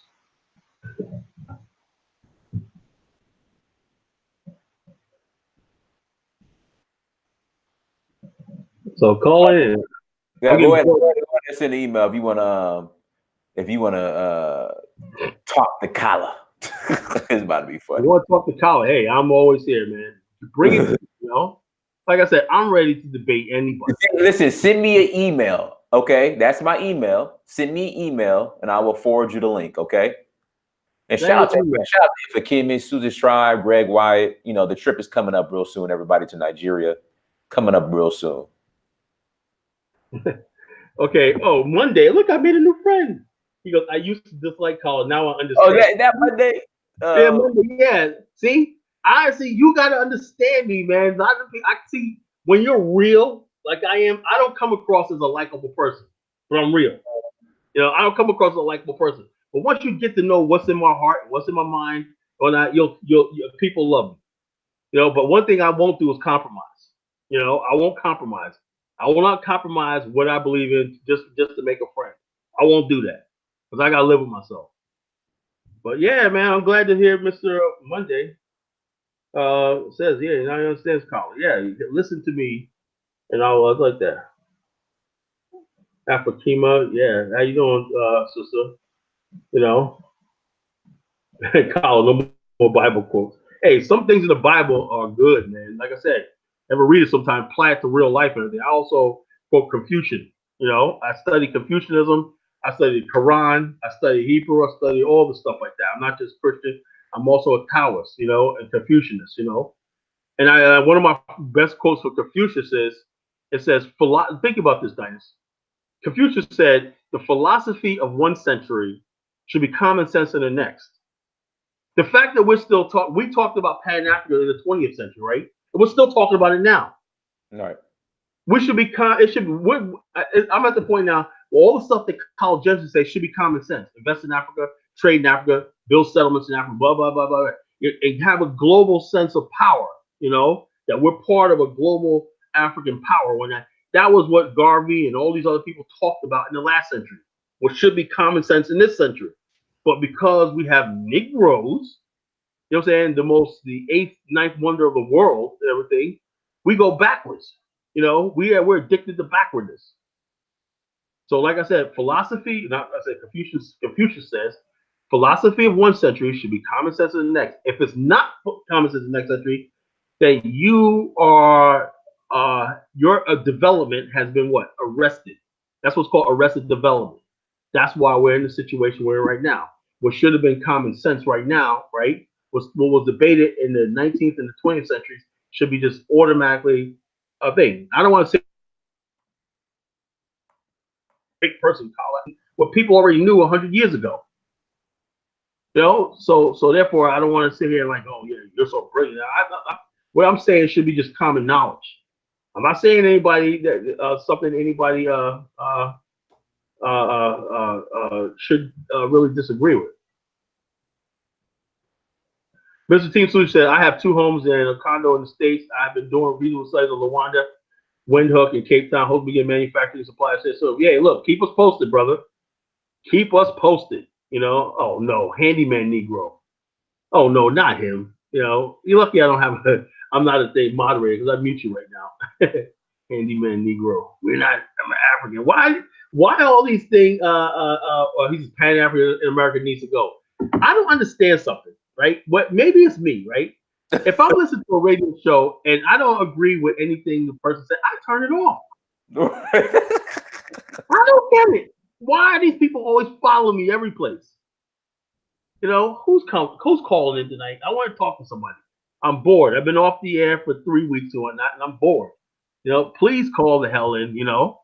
I'll be nice. I will be nice. Dinah's already gave me a scolding for the show. Listen, oh god damn. Listen, I post my email 5 times. I got people posting the email. People are still asking, what is the email? Folks, man, and you guys want to take on white supremacy? And then you want to debate College Genesis, and you asking where's the email out? We continue to post the email 5 and 10 times. Oh, Lord, come on, folks, get on the thing. Yeah. Somebody Wilkin more say, I want to debate. Hey, he got the email. Go on the email, click on the thing, and we'll let you on. Come on. I'm saying, what are you waiting for? Search for Huru. Go there, put your email in there. Dinus will send you the link, and then you can be on. You can say whatever's on your mind to me. I can't stand cowards, man. Are you scared of something? A handyman Negro, why don't you call it? I still love all my brothers, no love lost. Get the hell out of here.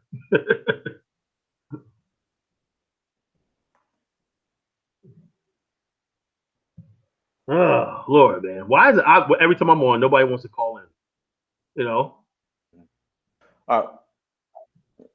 All right, go ahead. Yes. So, like I said, this thing that we're doing right now, all we're doing is refereeing and basically showcasing what was already happening, what should have happened, and it's going to continue happening. We're not any geniuses here. We're not any genius here. Look, the bottom line is, if I discovered where my ancestral roots are, I said, look, I already knew my heritage and everything like that. And I said, I cannot, in all fairness, right? In all fairness to America and everything like that, right? I have a good practice of business here and stuff like that. I know that, right? But my very soul can never accept America. And that's just, I'm torn because this country has given me a lot. But I cannot betray my ancestors by embracing and becoming a full American. Oh, here we go. Here we go. Let's see here. Umoja Black. I'm about to send the link. Umoja Black. Again, Umoja Black. Oh, that's the wrong link. Umoja Black. I'm sending the link right now. You could debate now, Colin. You gotta let people speak, okay? All right, I'll let them speak. You gotta let people speak, all right? Yeah. I know you'd be ready to rise up, but you gotta let people speak. Yeah. Umoja Black. I just sent you the link. I'm gonna do it one at a time. Umoja Black. You got the link. So come on in, Umoja Black.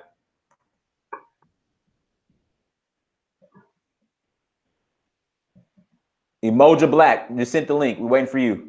Now go ahead, Colin. Yeah. So, like I said, I'm like this. A missing piece, the void, is the fact that we're the only people that don't have a homeland, a land to call our own, territory, that we control. Also, people will say the debate is just assimilate into Africa. That's good too. We could do that too. But that still will not solve the fact that we need that one state that advocates just for us. You know, when you have a republic or a nation state, that state becomes the advocate. And they'll say, well, we have all these Africans. Well, first of all, I want to talk about something. Do we really have real republics in Africa? They're trying to be republics, right? But you can't be a real republic if you cannot control your own infrastructure, if you're relying on foreign aid, if you're basically part of a monetary zone from a foreign country. You cannot call yourself a sovereign republic. You cannot call yourself a sovereign republic if you're a dumping ground for their goods, like West Africa is for the most part, of goods in Europe. You cannot do that. You cannot call yourself a sovereign republic when the Chinese, Koreans, everybody else are raping your fishing grounds, and you can't do anything about it. Well, you haven't invested in a modern marina system an angler system to basically teach people modern fishing and everything, modern fishing, while you got men that can't go more than 4 miles out to sea to fish. You have to basically rely on Europeans and Asians to dump fish on your markets. Brother Emoji's on. Brother Emoji, go ahead. Brother Emoji. Brother, you muted yourself. Unmute yourself. Go ahead. Can you hear me now? I hear you now. Go ahead. Peace, y'all. And pardon the disappointment, but I really don't have. Well, first of all, I'm driving, so hopefully it ain't too much background noise. But I wanted to chop it up with y'all for just a second. But I'm less of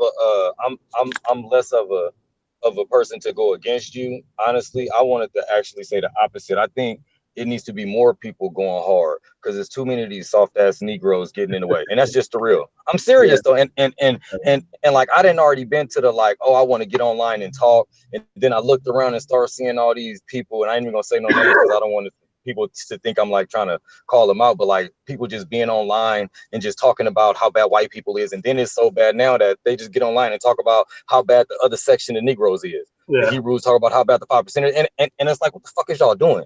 Look around, for real though. Like, what the fuck is y'all doing? I'm in here with my kids, with my 2 babies coming from the park, and I look around at all these black folks kicking it, and I'm in my mind like, I just told my baby, she could attest to this. Like, I'm the sick kind of person. All of us and look like there could be something that we still meeting up here for some kind of collective vision about us and our future for our fucking babies, man. Right. Because we sitting here dying, bro. But we'll sit up there and say, oh my God, listen to his language around the babies. Listen to, why does he gotta cuss so much? Why?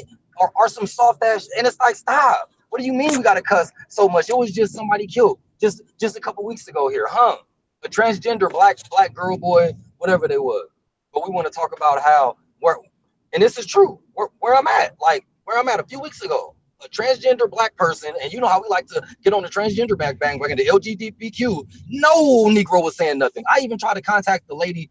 I found her name in the newspaper and tried to hit her up and say, hey, what's happening? How can I help? I ain't even heard from her. I got to look at Facebook. I think I found her on Facebook. I got to look back, but it's like I look around, man, and there's no urgency, bro. So therefore, keep fucking going hard because there's no urgency. There's no urgency. Right. I don't care where you go, even with the people trying to meet and actually do something. If you go to these places, they sit here and do all this talking, but when it comes down to action, it's literally come down to like, well, let's wait for the white people to give us some money, and then once that happened, we could do it. And I'm like, what the fuck? We got people. That's all we have is us, man. We need to come together, and if they ain't talking about that, we'll fuck them for real. Yeah, right. That's all I gotta say, really. I shouldn't even call.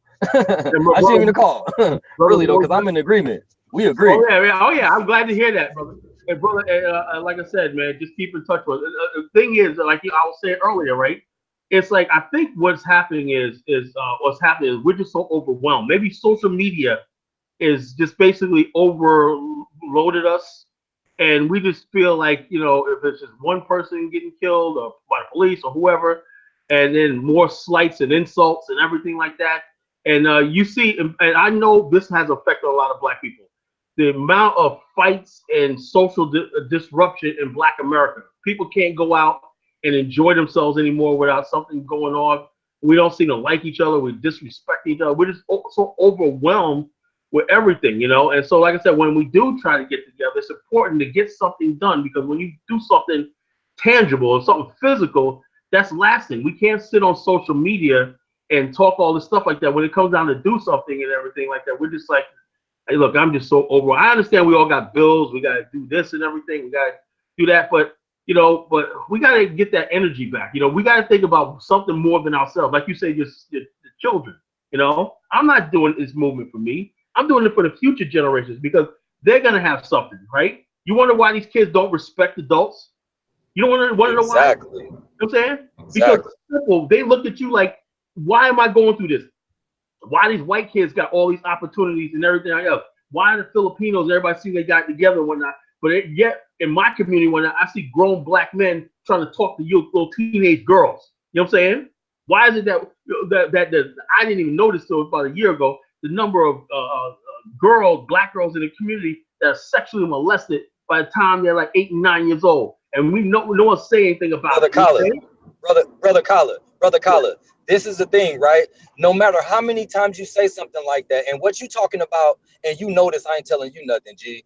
What you talking about is small compared to the scale of fucking damage that we're and the amount of destruction that we're under as a people, by and large, no matter what continent you go on, and we still seem like we do not give a fuck. It's ridiculous. We could talk about anything. You could talk about education. You could talk about work. You could talk about banking. You could talk about any kind of social system. We're at the bottom or we don't even exist. Right. And still, when you say, hey, y'all, let's just get together and plan something for our future. Anything. Let's just say that we're going to take over our own education system. Right. Let's just have that. We'll be like, no, man, we just got, it'll be some dumb shit. Oh, hey, y'all, let's just get our own political party, even if it fails over and over and over and over and over again. Just stay away from them. Like anything. I'm talking about college. This is small though, right? What we really need to be doing is all getting the fuck away from here. But I'm talking about stuff that we can tangibly do even here in America. And we'll still look at each other and make some crazy shit. I'll give you a perfect example. Where I'm at in Portland, Oregon, our population here is literally like 2% of the state and like 6% of the fucking city, the main city of Portland, Oregon, right? And we'll get together and try to make something happen just for us to get together, and we won't even show up because of whatever reason. Because you a man, because you don't like this, and because you didn't hit my woman, or because you didn't did. We won't even come together when it's 3 of us, bro. When it's 13 of us, 7 of us won't even come together to really make something happen. Right. But we all have these little different sectors of what we're doing. Oh, we have a website doing this, we have a group doing this, and group this, and we all saying we want the same thing, man. It's ridiculous. It's ridiculous, and it's tired. It's tired. Boom. I am sick of websites. I'm sick of this game of website bullshit. Well, we're gonna break off and do this. We got this website right here. Bullshit. Everybody want their own thing. Everybody want their own thing. We're just like the dope game, the music game, anything. It's enough for all of us. Everybody's making money off of us except for us. Right. Everybody making money off of us and our likeness and our image and our swagger and everything except for us. Even if we want to be capitalists, we could be the best capitalists, right. Man. We just want to get it for. We just want to get it for ourselves, though.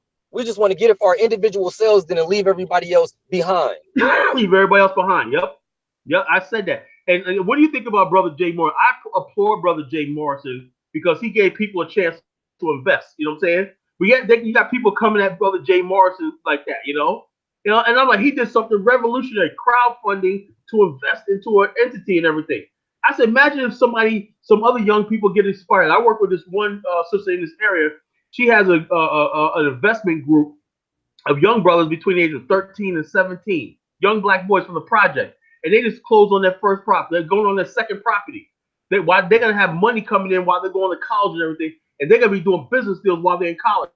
And she's a sister. She said, I want to get the black boys in our community. You know what I'm saying? She said, a lot of these people like that, I'm not interested in black boys. I'm going to work with her this fall. You know what I'm saying? I want to see what they about. I donate to an organization, everything like that, and I'm going to try to bring her along with me with the BAO, what we're doing. But the whole thing is this. You're absolutely right. Everybody get their little money and everything like that. I don't know what it is. We don't think long term. Before you have that, like I said about infinity. If infinity means there's no beginning and there's no end. There's nothing but just a future and everything. We have to basically embrace the fact that yes, we were all in a slave ship together, right? That's our origin and everything. We're origin from Africa and everything, but our future is building with ourselves and connecting back to Africa. That's infinity. That's forever. That's eternal. That's what the Chinese have. They have all those things. They do it naturally. Upstate New York, The Chinese built a new in Monticello, New York. They built a new world-class casino. I don't think it's I don't know how to judge casinos, but I'll tell you right now.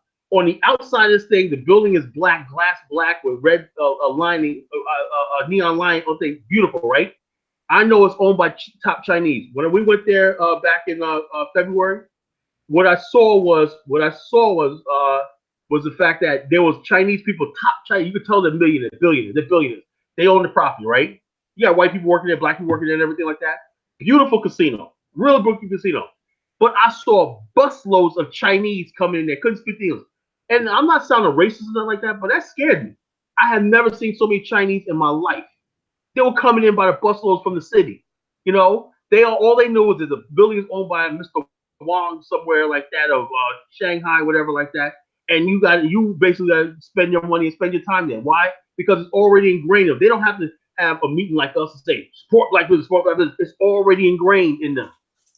Colin, Thanos. Colin Thanos. I know who you are, right, Colin? Right. I know both of y'all. And peace, y'all. Really though, peace though, and I really appreciate chopping it up with y'all one time. But we know the solution, right? We know the solution is land, infrastructure, and nationhood. Whether anybody wants, and everybody does, right? So now, since we know that is the solution, how do we then get people to give a fuck? For real, seriously. And I really mean that, because that's what it takes. Because we could give the solution and people will put up those stalling tactics. People will put up those roadblocks. Some people will just shrug their shoulders. And now it's to the point now where, okay, cool. If that's you, fine. Deuces. Go along. Because we know that everybody ain't coming anyway. And honestly, we don't want everybody around. Right. But how do we get the people who do care to say, okay, let's actually do start building these? Just like me. I didn't know y'all from a bucket of paint, but I had the same thought without y'all. So once I see, wait a minute, it is people who actually want that. So I'm gonna start fucking with them more instead of sitting up here bullshitting with these idiots who just want to talk and bitch and moan and really not come together. Because I can see it. I can see you, stupid. You sitting up here talking this, but I see you, and you ain't doing what you're talking about at all. So how do we get the people who really serious to say let's go? That's what solution we need to be thinking of now. My suggestion right here is the local chapters. The local chapters, right? If you can meet up once a month and everything, and just and like I said, I do in my office right every Thursday, right? I have Ron. I got a couple of people say they're gonna come down. We got two core members of the BAO in my area, right? Me and Ron. Man, wow. That's a lot. Right? That's a lot. That's what's but we do a lot of work. We do a lot of work, right? We get a lot of it. He's plugged me into so many people and stuff like that. He's like my freaking almost like my consigliere. You know what I'm saying? He basically is like my counselor. He's my no man. You know what I'm saying? He's the one that tells me, Colin, no. You know what I'm saying? But you know what I'm saying? You have to have a no man. You have to have debate. We discuss it, and I reveal some strategies that I never revealed to anybody else because I don't want to put a lot of stuff over the air. So he's had a chance to look at some of the stuff that I talk about and the strategy to do. The main thing is meeting at a local place or whatnot and getting to develop social bonds and friendships. It's hard in this world because, to be honest with you, some of the people you're going to have to leave. You know, you have to tell your family and friends member and whatnot when you have your BAO T-shirt and you're going to your meeting on that night and everything. I suggest Thursday because what I want to do is have like this national study group where I'm calling out to everybody that's on the study group and everything, and they're in their thing and they want to ask me questions and everything, and they plan, do events, get with other organizations and say, okay, this is it. Build your email contacts up. Constantly be in their face. Every time they look around, you're sending them out an email alert. Oh, we're doing this over here. Oh, yeah, this festival's over here. BL's going to be right there. Get in their face and whatnot. And then when they don't show up, they show, oh, yeah, I was going to. And you're looking at them like, oh, yeah, that's it. Then they have nothing to say when they get online. That's another thing. When they got online, then they're going to be like, okay, I better start showing up. I better start doing stuff and everything. Why? Because no one's going to listen to me, right? Because you thought it was more important to go to a basketball game or go out to the movies and everything or do whatever you want to do, whether it's show up for this study group where we covered so much information, but somebody else came by and everything. Colin, listen to this one. Listen to this one. Listen to this one. And mind you, I'm not an advertising specialist. I'm not a marketer or anything. But think about this one though. BAIO is still really on the low, really, compared to other organizations, compared to what it should be, right? What do you think about this? While everything is still actually building up, while things are still building up. And I know that most of the people who even engage now really ain't, it still isn't blasted out there. Even me, I might say like on my social media platforms like Land Infrastructure Nationhood, but I don't really put out BAIO yet, right?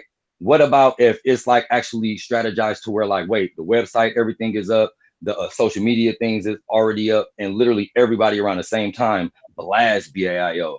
Like everybody who already in, all the hundreds of people who are already there and who's going to be there by the time you're ready. And literally it's like an actual calculated everybody. So it's not just me coming out the blue, because as we know, there's already little things that you're talking about. Like me, I already have a whole group that I'm actually on the board of, I'm the treasurer of, and everything else. That's already doing this shit. But listen though, literally it's only probably like a half a person in there who really want to really go. Out of all of the people who say that they down and everything else, right.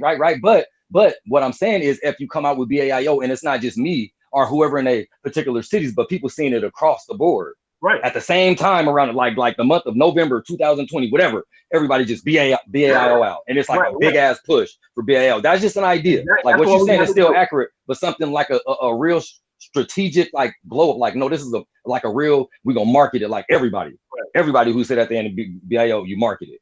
That type. Right. I'm gonna pause. What's up, Peace G? I'm about to put myself on mute, but I'm gonna listen in, y'all. All right. All right. Go ahead, Wilkins. Go ahead. Thank you for letting me on. Obviously, I was being aggressive, but I was very excited because of the conversation. But I think that one thing that a lot of, for example, Mr. Genesis, what I feel like you're missing is the fact that one of the biggest causes of issues for us is the fact that we're saying stuff like we want nationhood. If you actually remember how we got colonized in the first place, and when I say we, I mean Africans, because I consider you, myself, and every black person all around the world to be African, is the fact that we're so divided amongst ourselves. So when you say something to the effect of, well, let's go to Africa and build our own independent nation, you're literally playing into the very thing that has us in the position that we're in right now. I strongly disagree with that. But go ahead, Carl. Let me finish my point. Let me finish my point. Feel free to disagree. First of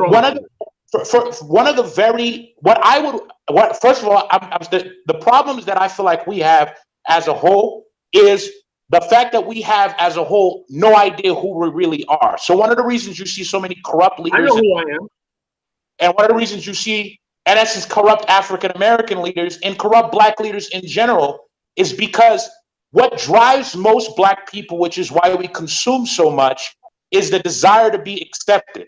Francis Fanon said it perfect in his book, Black Skins, White Mask, is that the oppressor-oppressed relationship is as follows.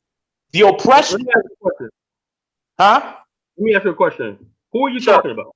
Who exactly are you talking about? I'm talking about Africans, black people. Hold up. On this show, this is what's called Search for Huru. Mm-hmm. Right? I'm from the BAIO, College Genesis and everything. Well, where do you get the fact that we are trying to, you and Brother Mojo is trying to be accepted? Where'd that come from? Well, I'm not talking about you as an individual, but one of the things you stated is numerous. Wait, speak so that Thank you. Counter my point. I have no problem with you countering my point. Just let me get my point out. You said probably for the past hour here a list of very accurate, very real issues within the black community and African community, if you want to separate them as a whole. And what I'm saying is those issues stem from the exact same thing, which is a lack of self-identity and self-awareness. So why are the Chinese, for example, let's look at China, who you've brought up multiple times. But hold. You're going on, right? Okay. I'm going on what you said. Let me adjust that point, right? And then you can go on about China, right? Sure. First of all, Black America is nothing but a bunch of scattered individuals, right? We're in agreement, right? There's nothing holding black people together other than the fact that we're not white. We don't control any land. We don't control any infrastructure. We have nothing controlling us together. We had more in common 100 years ago, right? We had things like Black Wall Street and everything because we lived in black communities. You're talking about American blacks, correct? Okay, we don't have that anymore, right? Okay. The only thing now when we had 70 years of integration and assimilation in America. Sure. Right? We thought that we could integrate into American society, right? Right. Right? And this is another thing what annoys me, right? Black people always on MSNBC, right? Talk about we Americans. Right? That irks me when I hear black people say that. So in other words, hold up. We want to talk about we're Americans and all the stuff like that, right? But then bash black people when it doesn't work out and say, well, we don't have this, we don't have that. If you're gonna say you're an American, right? Say you're an American and you're gonna talk about civil rights, you're gonna talk about all this stuff like that. We're gonna talk about how African immigrants are taken from us and all this kind of nonsense and everything. You forfeit the right to say that we are a people because we have nothing really tangible about. We did this for America. Okay. You know If I can get this out, when you win the Olympic gold, right? When you win the Olympic gold, right? Was Muhammad Ali win the Olympic gold, right? He's doing it for who? Is he doing it for Black America or is he doing it for America? He's doing it for America. So that's what was sold to us for 70 years. Don't beat black people up for that. I understand that.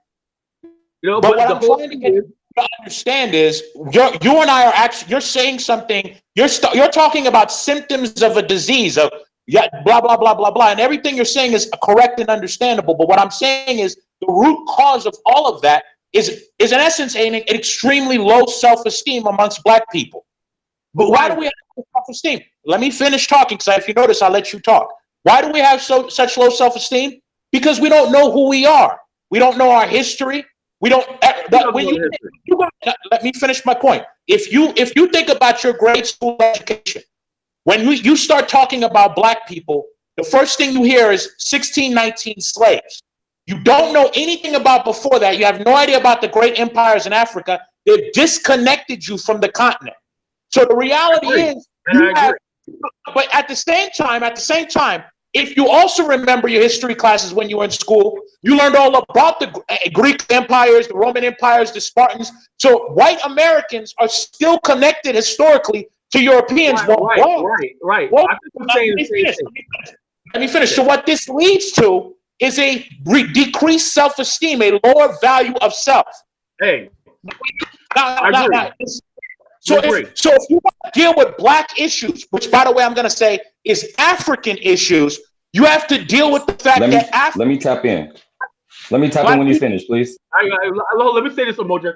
I agree with what the brother just said, right? But like I said, right, we are living in the white man's manifest destiny, right? Who gives a fuck about the white man's manifest destiny? Hold on.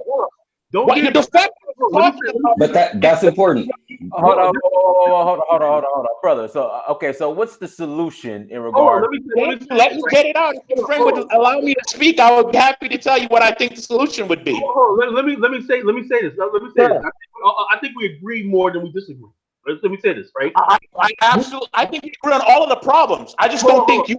I know that, brother Wilkins. Let me say this. We're living in the white man's manifest destiny. That's what we brought to. We're from sea to shining sea. You know what I'm saying? America is an extension of European history and everything like that. That's what we were taught. I know about the Mali Empire. I know all this stuff like that. But let me ask you this, right? We know about the Mali Empire. You and I know about the Mali Empire. When I found out about the Mali Empire when I was like 13, it made me proud. I was like, Mansa Musa. I learned that. Every book, it made me proud, right? Now, we have a lot of so-called black scholars and everything. I can't tell you one, right? All they want to focus on is Egypt.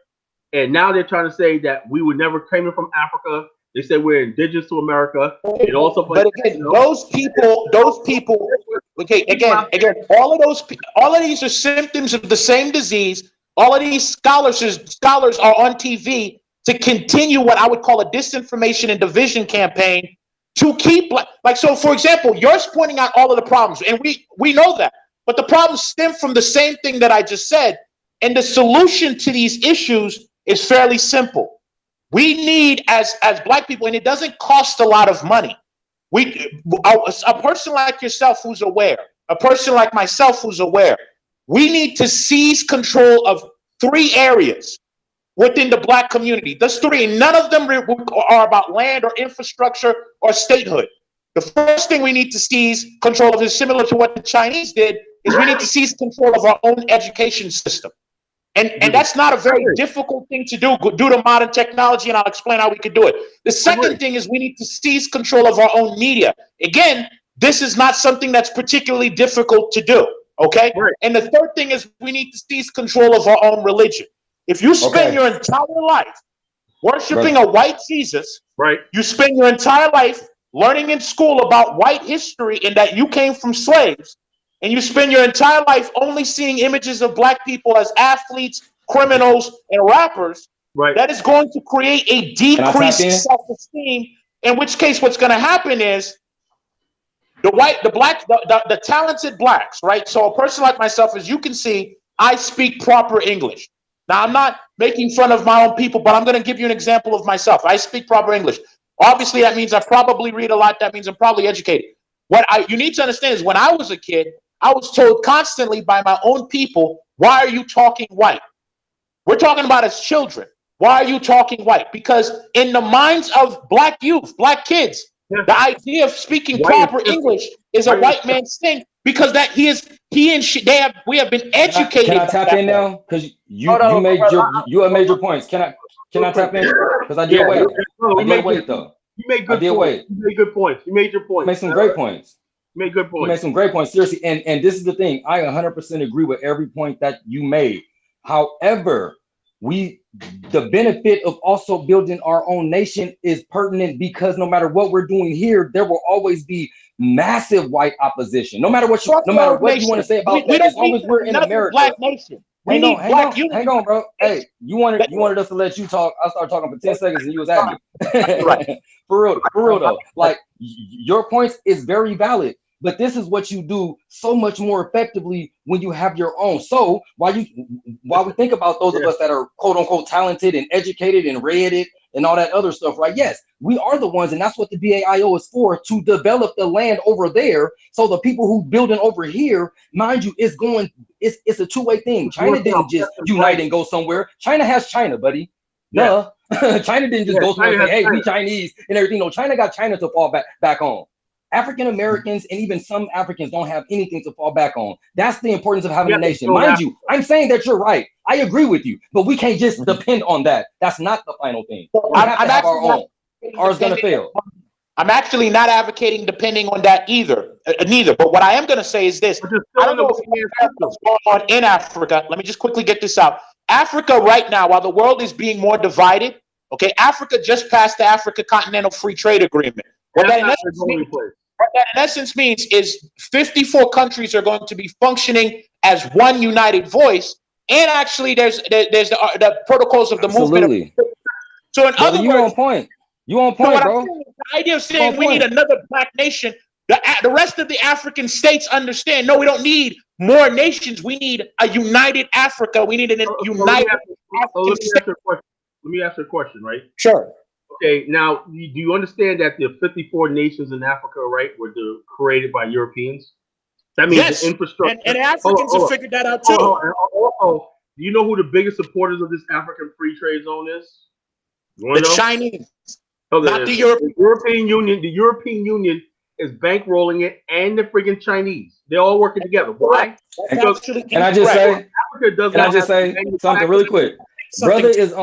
Brother, you are 100% on point. We are on point too, and we need to come together and realize that we both need to be doing the same things interjected. We don't need to be thinking about separating the two. We need to do them both. We need to build here and there. Both.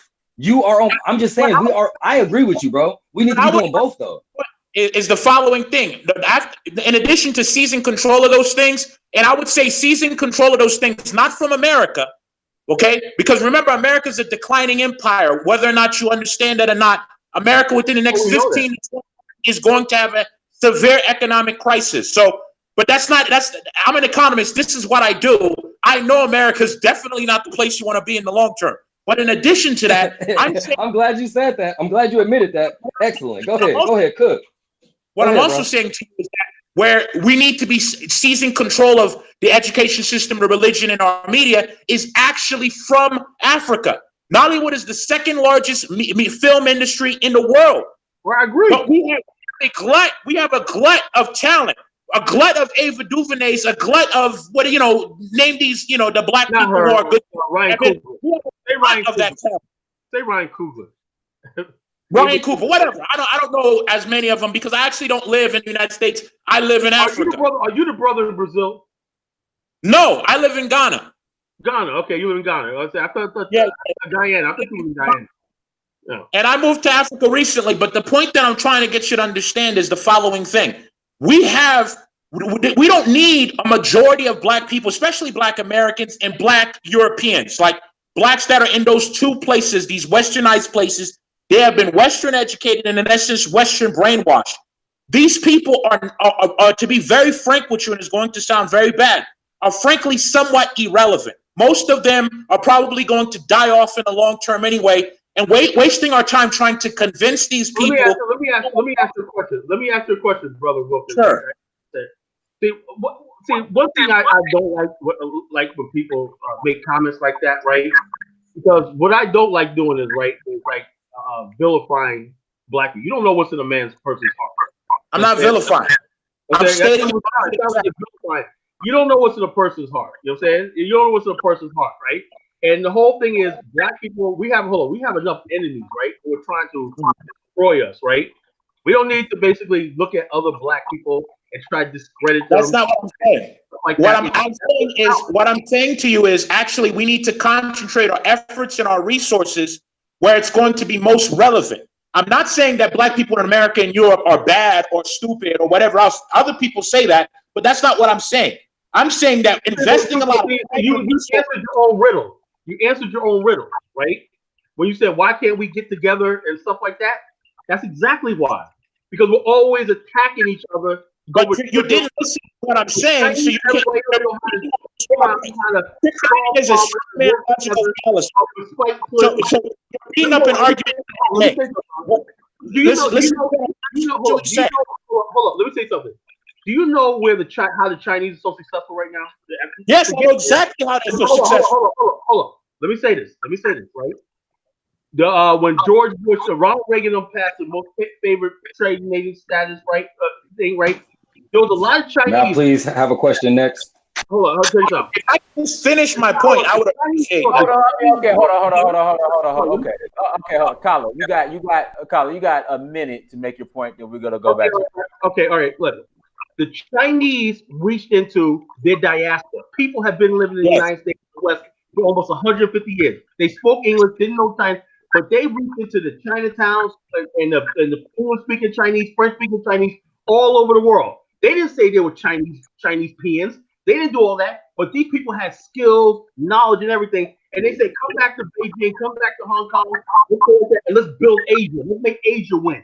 What you're saying is, let's leave these black people along. That's negativity.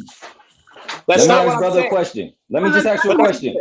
Let me ask you a question. I got it. Let's move on. Okay.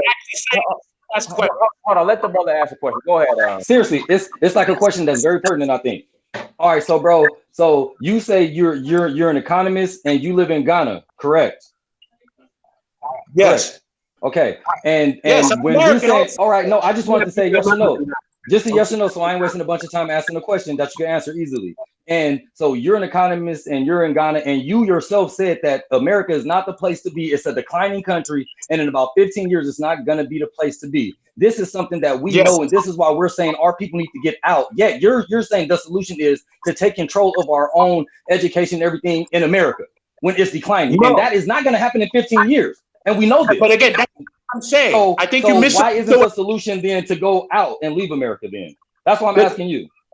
The solution. But what I'm actually saying to you is, I believe that through modern technology, we can create an educational system that could that could be unified and kind of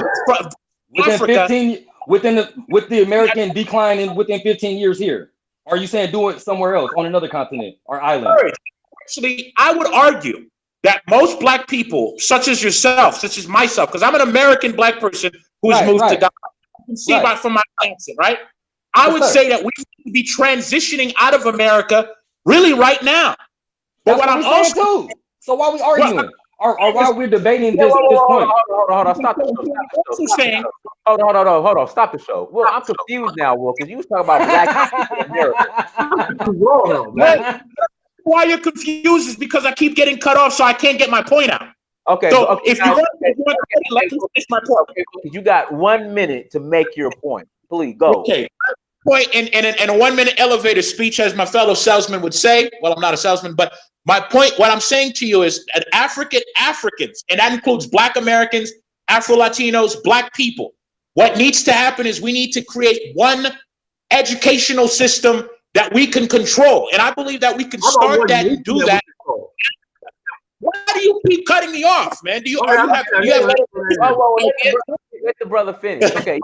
Okay, we'll start all over. You got, can we please not interrupt him? All right, I'll sit back. I'll say nothing. Okay. And because what you don't realize is the way the Chinese had their diaspora so behind them is in the way that the diaspora then invested in China, made China what it was, and when it opened up those free zones, is what you don't realize is for 30 years before that, the Chinese had created one universal education system that Chinese people were using all over the world. That had a heavy emphasis on Confucianism. That's why they're spreading that with Confucius Institutes in Africa right now. So Chinese kids, even if they went to schools in America, they would come back home and they'd have weekend schools and night schools in their own home that was controlled by the Chinese from China. So even though they grew up in the United States, Europe, or wherever else, they still had a Chinese mindset and spoke the Chinese language and had a Chinese nationalism. I'm saying that what ought to happen for us is from Africa, and if diasporans like yourself are aware of this, need to finance, and it wouldn't cost very much, a educational system that is universalized, that emphasizes African history, African traditions, African culture, and we spread that in the three key languages: Portuguese, Chinese, and Spanish. Portuguese, English, and Spanish, and French, the fourth. We could go ahead and educate our own children. Now, what will happen is within one generation, similar to what happened to the Chinese, you'd have Africans from all over the world, right, who have an African identity, who understand their own history, who understand who they are. And so when it comes time to get out, even though I don't believe that some should start leaving now, there's going to be a point in time in the next 15, 20 years where people are going to want to leave no matter what. Americans, whites, blacks, everybody want to get the hell out of America. You said all that to come around to agree with this. Huh? We all agree, and all of it is necessary. That's why instead of coming on here and going back and forth, we need to come on here and talk about how we're going to come together and build the curriculum that you're talking about, and how you can help with the land infrastructure. Here's the thing. It's not even a matter of coming together. That this is just a matter. Listen, you have Renoko Makita, you have Dr. Cambone, Senior and Junior, who's in Ghana right now. And by the way, Dinah Samir, I believe, has interviewed him as well. Dr. Cambone of course, yeah. We have the people already who can do this for us, who can create that curriculum. You've been going on. I think you've up to 2 minutes to a minute. You know what I'm saying? All right, now, you got 2 minutes, Colin. Go ahead. All right, now, one thing is echoing. Hold on, somebody echoing. It's just somebody got this. Okay, now, Brother Wilkins, can you? In the BAI organization, right? Our organization, right? We have several members that live in Ghana, right?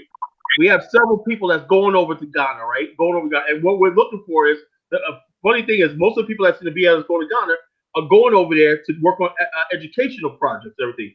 Will you be willing to work with some of our people that's willing to go? That's going to be over in Ghana probably early next year to work on education and a bunch of, and they know Professor Kabul and other than that. Will you be on board to work with us over there? Oh, let me unmute him. He has an echo. Wilkins, you got to unmute yourself. You got a bad. It's not you, emoji. It's Wilkins. You got a bad echo. All right, go ahead, Wilkins. Well, in fact, Wilkins, you might need to get an earpiece. Just unmute yourself. I can't unmute you. Okay. I would absolutely love to do that, but what I'm saying is what it sounds like. No buts. There's no buts. No buts. No buts. You have to get to what you're saying. Work with us. Okay. What I'm saying, where my butt was, is I would absolutely love to do that. But what I'm actually thinking is one universalized educational system that goes across the entire continent of Africa and all 2 you gotta crawl before you I'm walk. saying it's possible. Bro, you gotta crawl before you. Can I interject? Can I interject again, y'all? Because we're doing it again. We have to do this all simultaneously. We can't act like we slow people. We could build a fucking curriculum while we're building nation too, because we're gonna need a damn school anyway. Can I interject? let me interject, Yes, brother. The thing is, the curriculum is already built, but Dr. Cabone has the curriculum, and he's in Ghana. I interviewed him. So what's the problem? So what's the problem? Already has curriculum. It's in all. I guarantee if you give Dr. Cabone, okay, enough resources for him to digitize the entire format such that you can go online and do it yourself, as in a homeschooling format, which is something that white people and people have been doing for over 100 years. Okay, if we just simply gave him the resources to digitize the format and made it affordable and accessible to everybody, I'm telling you that alone, we wouldn't be able to get every single black person to enroll in this school. Of course not. But if you could just get 15 to 20% of black people. Who do we contact about making this happen? Who do we contact from this call? Hold on. I've interviewed Dr. Gabon several times. I met him actually in Accra. He has his own social media site. He has the curriculum. He has everything. He's easy to contact. I have his email address. Can you email it to me, Dinus? You have my email now, Dinus. Hang on, G. Hold on, Colin. Hang on, G. I just want you, Dinus, if you can remember, and I know you be doing multitask while you're online. Can you email me his stuff? Can you email me his info? I'm going to do it right now. Bet. Go ahead, Colin. Thank you. Excuse me. Yeah, like I said, we got people already that's on their way to Ghana, it's in Ghana and stuff like that. The BAL, we're already working on it. We're working to develop communication with not only that, but Professor Smalls is going to Ghana, right? He's going there this month. And he's going to be back there. My guy Richard is going to go over there with him and everything. We're trying to set up things as far as education. So education is big. You know what I'm saying? So yeah, we have all that working. So the bottom, what I'm trying to say is, if we all both got the same goal, we need to get our educational system right. And also STEM. We in the BAL concentrate on STEM. You know, science, technology, and all stuff like that is vital because we're not building anything if you got to import Chinese labor and Chinese everything, which you see all over Ghana. You know, Lebanese, everybody's doing all the logistics and everything. That's the first thing to me. Building your own African indigenous logistics. That will never. Hold on. Okay, let me interject. But the thing is, Dr. Gabon already has all that. Like it's already. I'm saying that the stuff we need already exists. It's just a matter of the few people. Somebody like you, Dinus. Somebody like myself. Somebody like you, Mr. Green. To everybody who sits here, all 250 of us, if we just simply pumped enough resources to digitize the format. In other words, what I'm saying is, here's something we could do with Dr. Cabone's school. Dr. Cabone has a school and there's about 20 students in it because he doesn't have the resources to expand it to make it global. So we need money. So what you're saying is we need money. You're saying we need money. That's what we need. We need to be investing. We have the money. We have everything, man, and we don't need black people. Bro, like every black person, if they had a $200,000 line of credit, they can all get rich. It's all about the money, man. Like, do you know how much it cost? Let me give you some perspective. Do you know how much it would probably cost to take Dr. Gabon's school and turn it into an online homeschool, which would therefore make it accessible all over the world? You know how much that would cost? Maybe $200,000 to $250,000, if that. Okay, and then there's even the talent in Africa and the United States to build the digital platform to do it. Yeah, I the know. issue is the cost. Listen.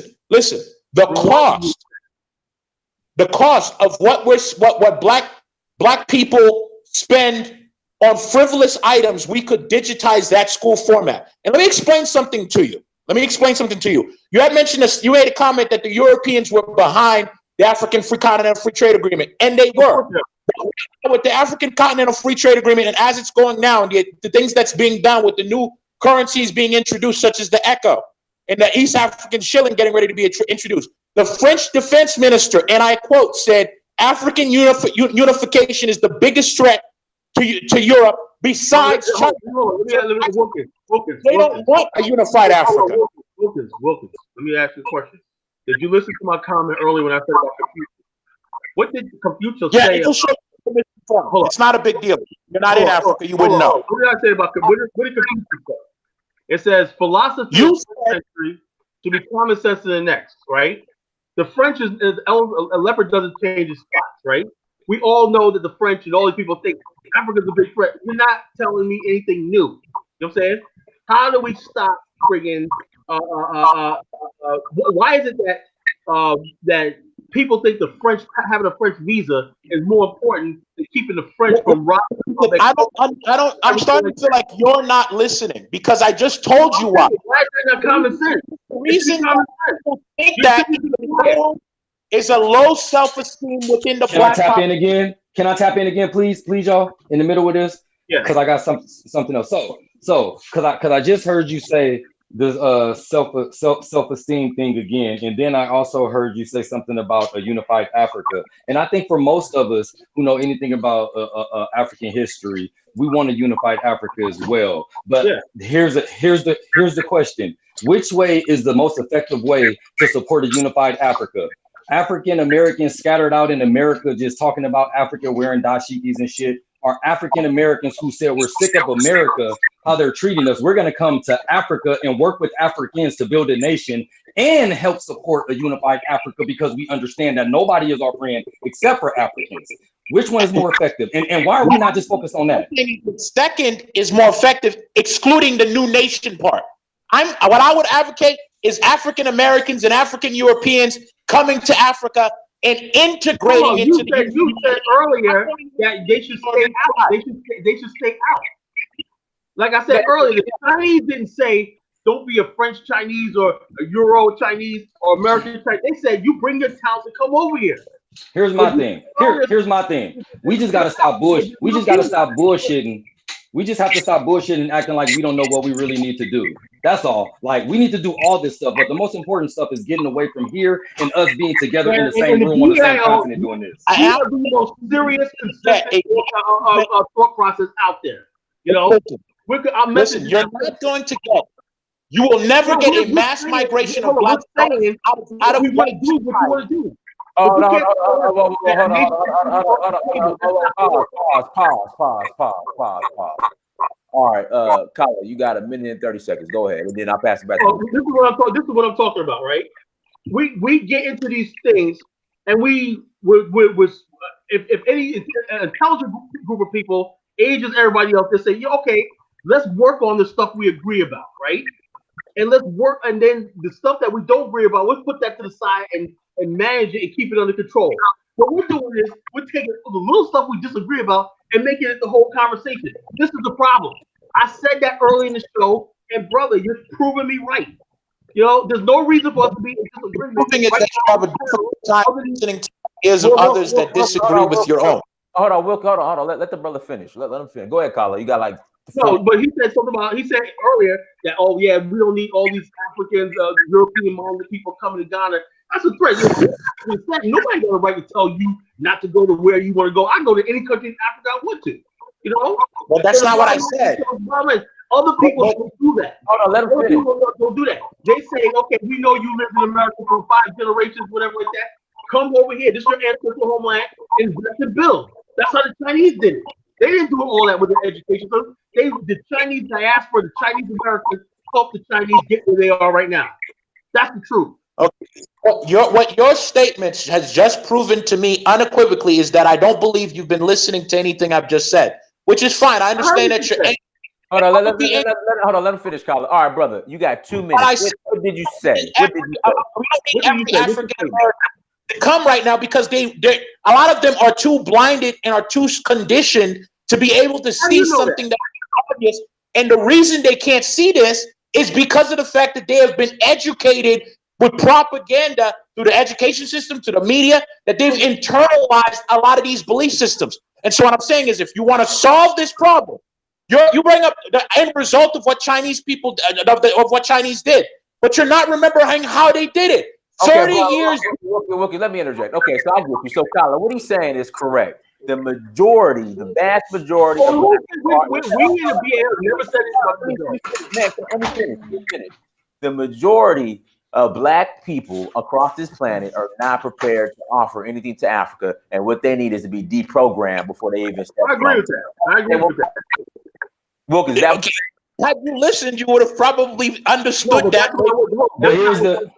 Let me tap in on that though. Let me tap in on that. Hold on. Let me say something. I can't let him get away with that. First of all, when you talk about somebody going to Africa, right? Usually, 9 times out of 10, they study the continent, right? They embrace the continent. They recognize themselves as African, you know? Then there's a large number of Black Americans don't want nothing to do with Africa. So why are you right Black people on the assumption that they're not educated? The people who are educated don't even know this conversation is even happening. You are illustrating my point, Mr. Green. You are illustrating my point. And what I'm saying is to resolve these issues, I'm talking about 99% of Black issues globally will be solved through education and seizing control of education and seizing control of the media. Bro, and we have education. If you don't want to be involved with Africa, no matter what education you give them, they're not going to want to come.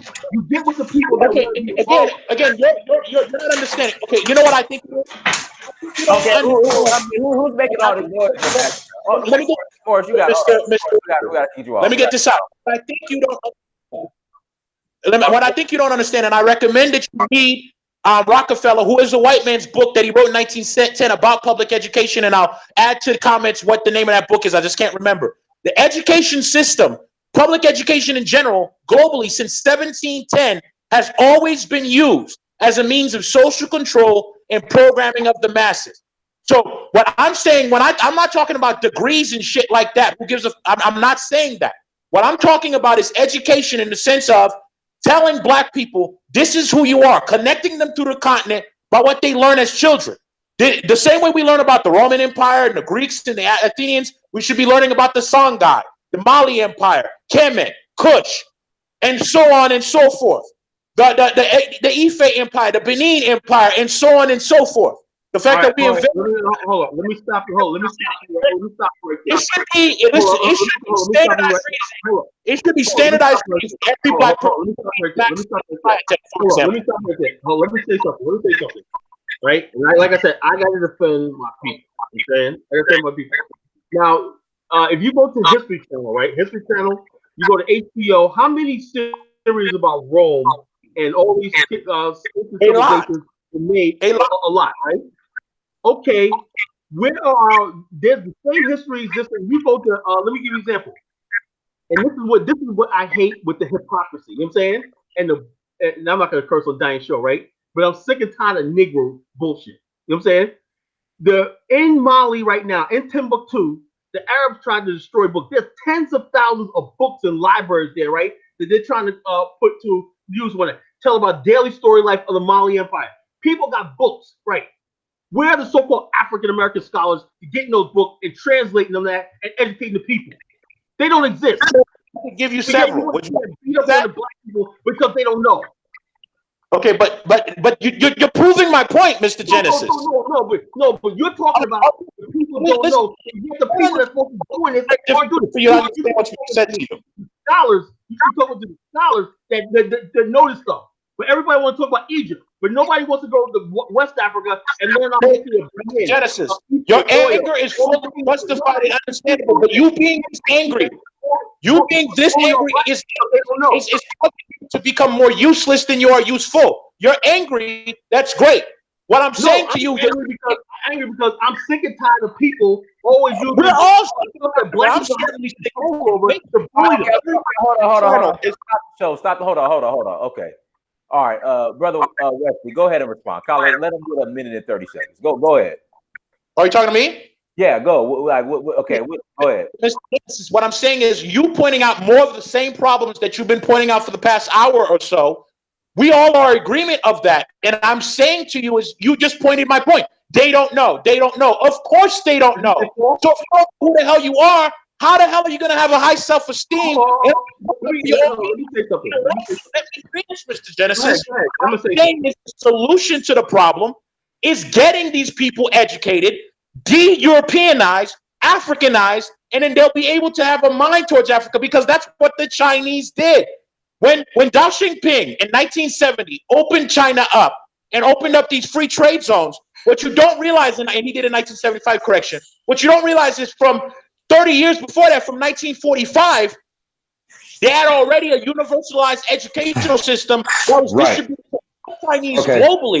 And so the average Chinese person saw themselves as a Chinese person in America or a Chinese person in England. So when 1975 happened and he opened it up, they already saw to get back to China. What I'm saying is we need to replicate that with black people. A lot of Chinese who were educated in New York public system, San Francisco public system, and they still Can I interject something? Yeah. Can I say something, please? Go ahead. So the brother is really spot on about the education piece. Something that we can't ignore. This is like a two-pronged thing. Something that we can't ignore is that a lot of Africans are very ignorant to other parts of Africa, and even more ignorant to the struggles that Africans in America have dealt with. So it needs to be a two-way education. Hang on, because that wasn't the finish of the actual point. And then too, when you talk about education, bro, you keep on talking about it like it's something that in America wouldn't be met with just it's just that the focus on the education is excellent. However, that can't be ahead of trying to get the fuck out. Like seriously. And I think that you said that, so we agree on that. So it's like, how do we bring them together instead of saying that it has to be either or? Like, how can we say that it needs to be all of it and some? That's what I'm saying. That's where we need to go, because I think that we all agree. So what's the next move? Maybe I need to change my way of communicating things. I never said it has to be an either or. I'm saying the mass migration. Let me get my point out. This is why there's so much confusion. Well, hold on, bro. I'm still trying to figure out what your point is. Like, okay, my point is the same since I've gotten on here.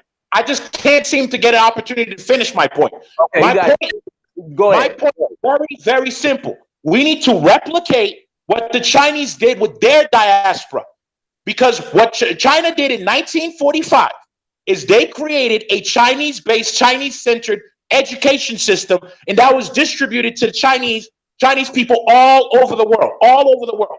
And so for 30 years, you would have maybe a Chinese kid. Let me get my point out, please. For 30 years, a Chinese kid, for example, going to public schools or whatever school he was going to, but then when he would come home and on the weekends, that same Chinese child would also have an additional education that they were taught at home that was actually created by the Chinese government. So when that child became an adult, though he never saw himself as, say, an American or as a British, he always saw himself as a Chinese person.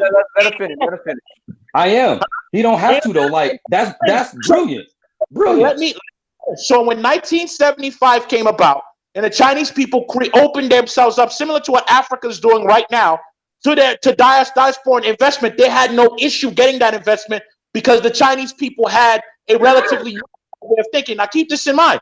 This was not all Chinese people. It was maybe 10, 15, 20% of Chinese people adopted that Chinese-focused education system.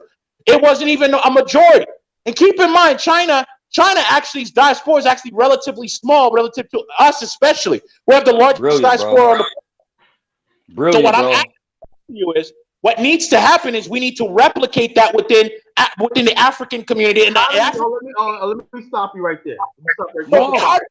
You see why do you still so much confusion? You keep hold on. Hang on. Before you do, Kala, hold on. I want to agree. Okay, let me do this. Hold on. Stop the show. Now, Kala, do you disagree with brother? There you go. Only thing I disagree with is he said a key word. China did this. You know what I'm saying? China did this. China had this as a base of operation. They could send out satellites all over. I agree with that. Where the hell is the black man in America got a government that can do that? Okay, so now stop the show. Okay, now Mr. Wookie, he has a point. Where's the black American education base in Africa? So what I'm saying to you is the question itself is a poison pill because you're separating yourself from Africa by saying black America. Oh, we're over here in America, man. Hold on, stop the show. Hold on. Okay, no. Look, serious.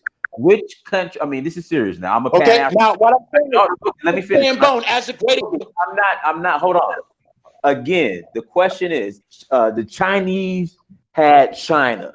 The Black American has what country that will completely back this and support this program. You got to keep it real. Okay.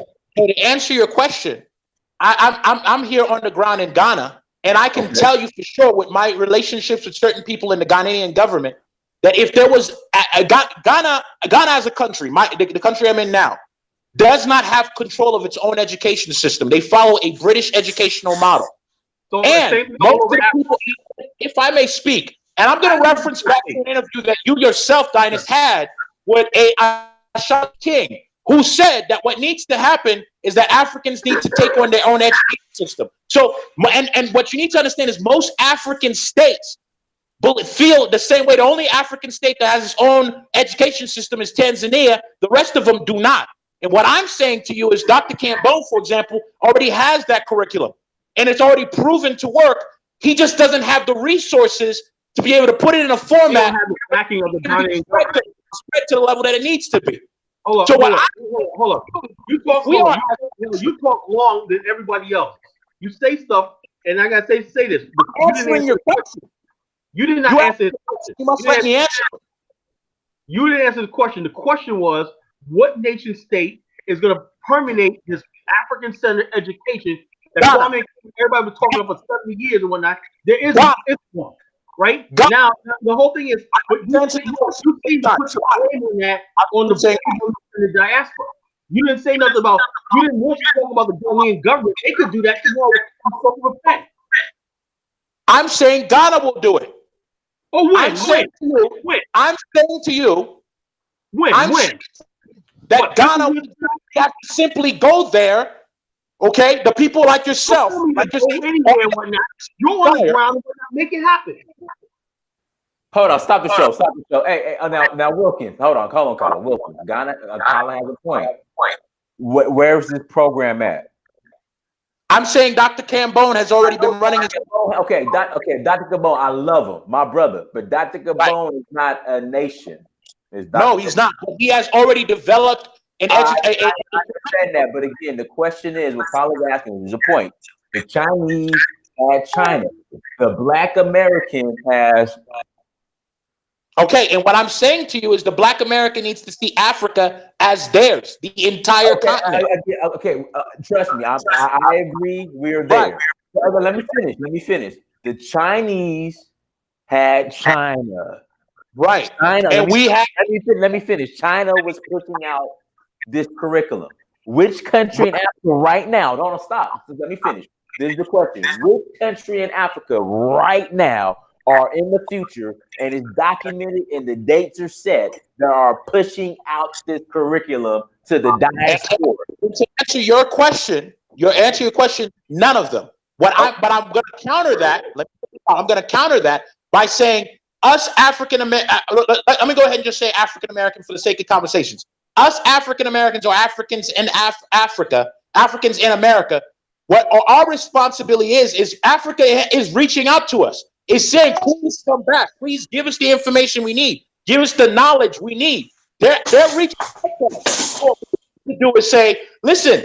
For example, Dynas, if we the people who are aware, like yourself, like myself, like Mr. Collins, Mr. Genesis. Okay, I'm trying not to interrupt you. You still haven't answered the question. I did. I said there are no states as of now. Okay. So let me ask the question, Dynas. Now you mean up here? Where's the letter? Why are you adamant against the idea of a building a state that could be Save this. You want me to take these apart and put these separate? Do we need to take them off anyway? We're breaking. Can you please repeat that?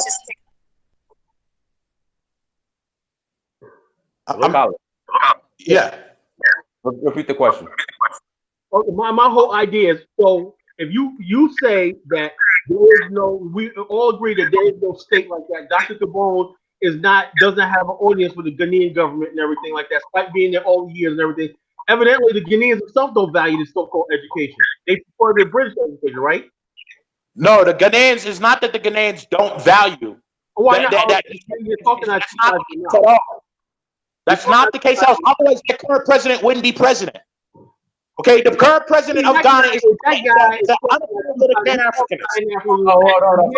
Stop, brother, Wilkins. The current president, I think, was educated in Britain. Yes, he was, but he's also a Pan-Africanist. How? Most Chinese leaders are Western educated, just so you know. How is it? What makes him Pan-African? When he almost hold up. When he almost built a military base for $20 million, if it wasn't for social media, the United States would have a military base and access to the whole country and whatnot. I'm starting to think some of you people, not like some people in Ghana. I'm not gonna say it, but the bottom line, why would you say he's a Pan-Africanist when he basically him and the previous administration helped over Libya, using Ghana as logistics to spy on other countries in Africa? You know, where's the Pan-Africanism in that? Okay, so what you have to understand is, okay, when a military base is built in a country, it is actually an economic boom for that country. Come on, bro. Come on, man. Come on, bro. Come on. You know who you're talking to, brother? Defending it, but what I'm saying is he also has two responsibilities, right? His responsibility is to help stimulate his own country's economy, which is natural, create jobs for a population that has over a 20-30% unemployment rate. Okay. So you know what he could have done? You know what he could have done? At the same time, he could have basically what do you think?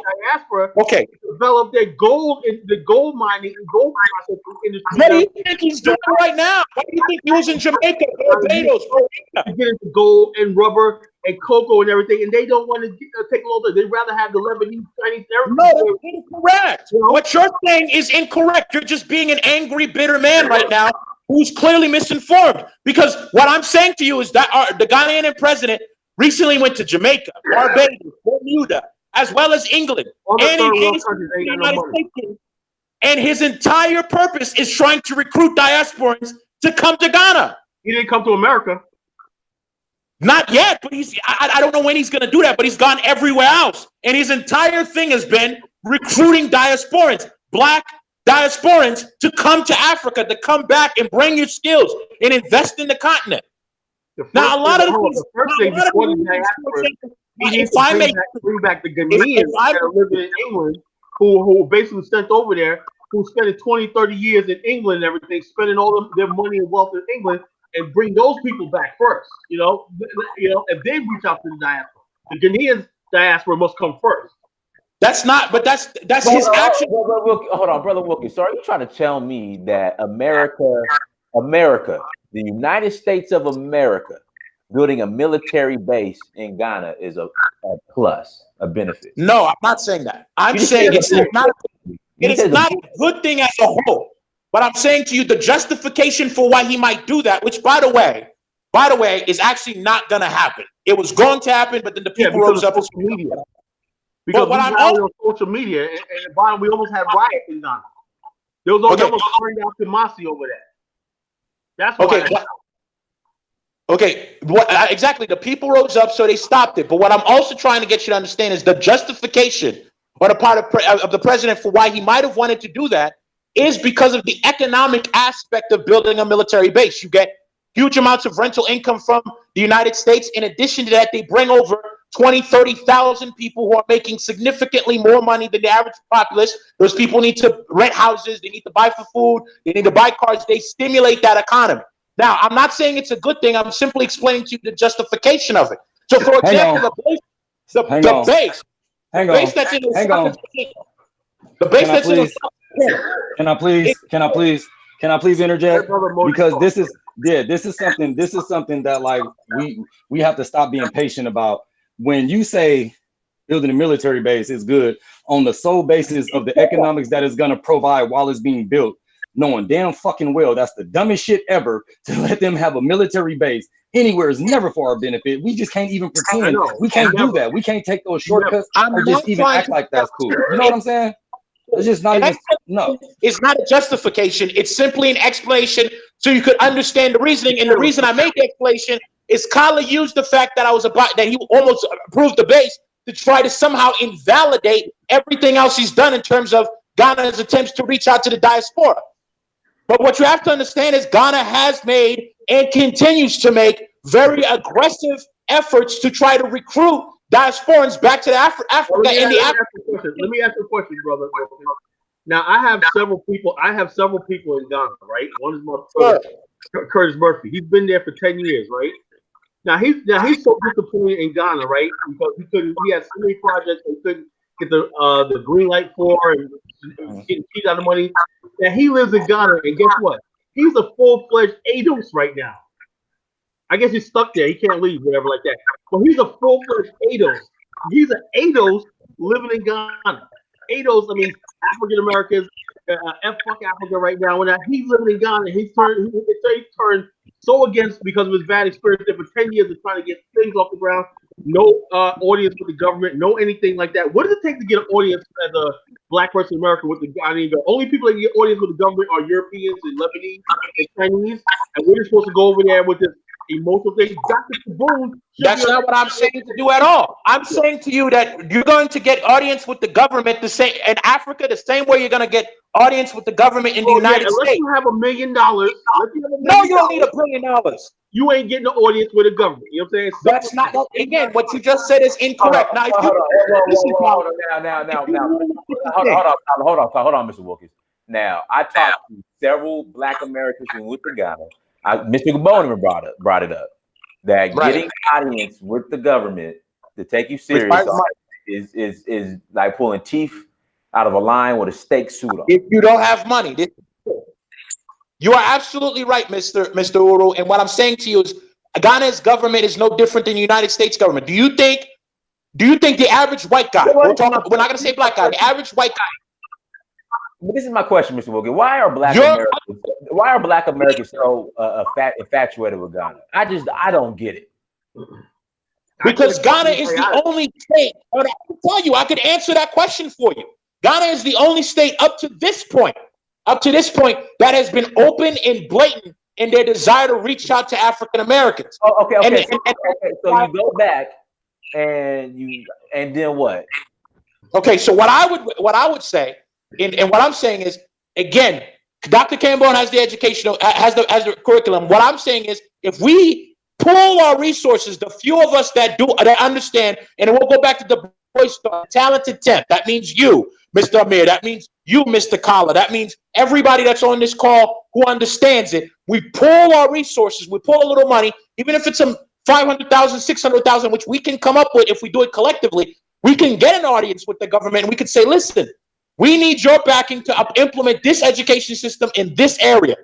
This area that This is the I don't understand. This is the I understand. I've been to 14 African countries. I got an audience with Nigerian government. I got an audience with Cote d'Ivoire government. Like, there's so many governments I was like, what's the audience with? Ghana? Again, I don't get it. Like, I understand the whole Kwame Nkrumah Pan-Africanism. Yeah, Kwame Nkrumah. Okay, so if you're able to get an audience with the Nigerian government, it doesn't matter what state you start this from.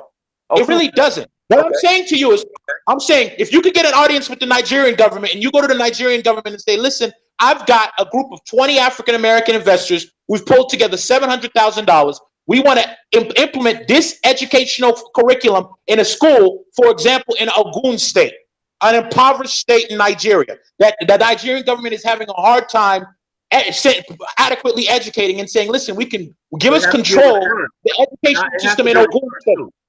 You have to have a return on investment. You know. You said what? A return. Let me give you an example, right? Now, the beauty thing about our organization, BAO, we have a lot of people that want to do that work and everything like that, right? But you also got a lot of people that join the BAO that's looking for investment and stuff like that. And they basically say, you got to do for investors. Say, look, we could develop this farming project right here. We want this manufacturing base right here. Instead of having that, we can be part of this enterprise and everything.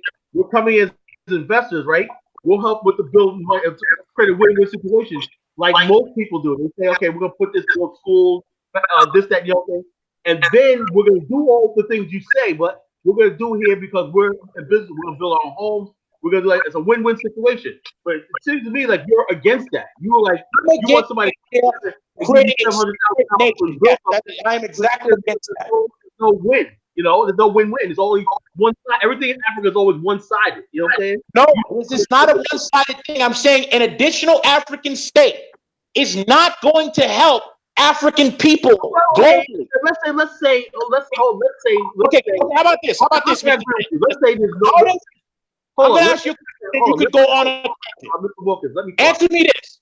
How does a 50? Let me say this. Let's say you're right, right? Additional African state is not necessary. We got say like that, right? All right. Now let's say we find an area enterprise zone somewhere in Ghana, right? Let's say there's an old abandoned. There's a lot of old abandoned port towns and places like that. Ubasi, which is whatever. Let's say there's an old abandoned port town, right? Old abandoned port town, and we got people that work in the shipping business and logging business, stuff like that. And we say, you know something? You need schools, you need clinics, you need hospitals and everything. Why don't we like Garvey Town, like Brother Bomani's trying to do in Garvey Town in Ghana? You know? Do you know about him? Do you know about Garvey Town? Huh? Do I know about Garvey or Garvey Town? Which one? Garvey Town. Yeah, I know about Garvey Town. It's an interesting project. Continue forward. You don't agree with it? I'm saying to you that Garvey Town is not a separate state. It's a town. All right, it's a town, but you sound like you're hostile towards it. No, what I'm against is a separate state. So if African Americans and if you're saying a separate state for Black people in America or anything like that, or people that don't want us in Africa at all, that's what I think. I'm saying to you that there are people who would prefer to not have African Americans or diasporans come to the country, and I agree with you, but that is an older generation. I'm telling you, the younger generation, millennial generation, absolutely want Africans. Take down. So if Imani and all those buildings Garvey Town, they're gonna have facilities that the locals access like clinics, education, everything. You telling me you're still against that? I'm sorry, you were breaking up. Can you please repeat that? I'm gonna say it really carefully, right?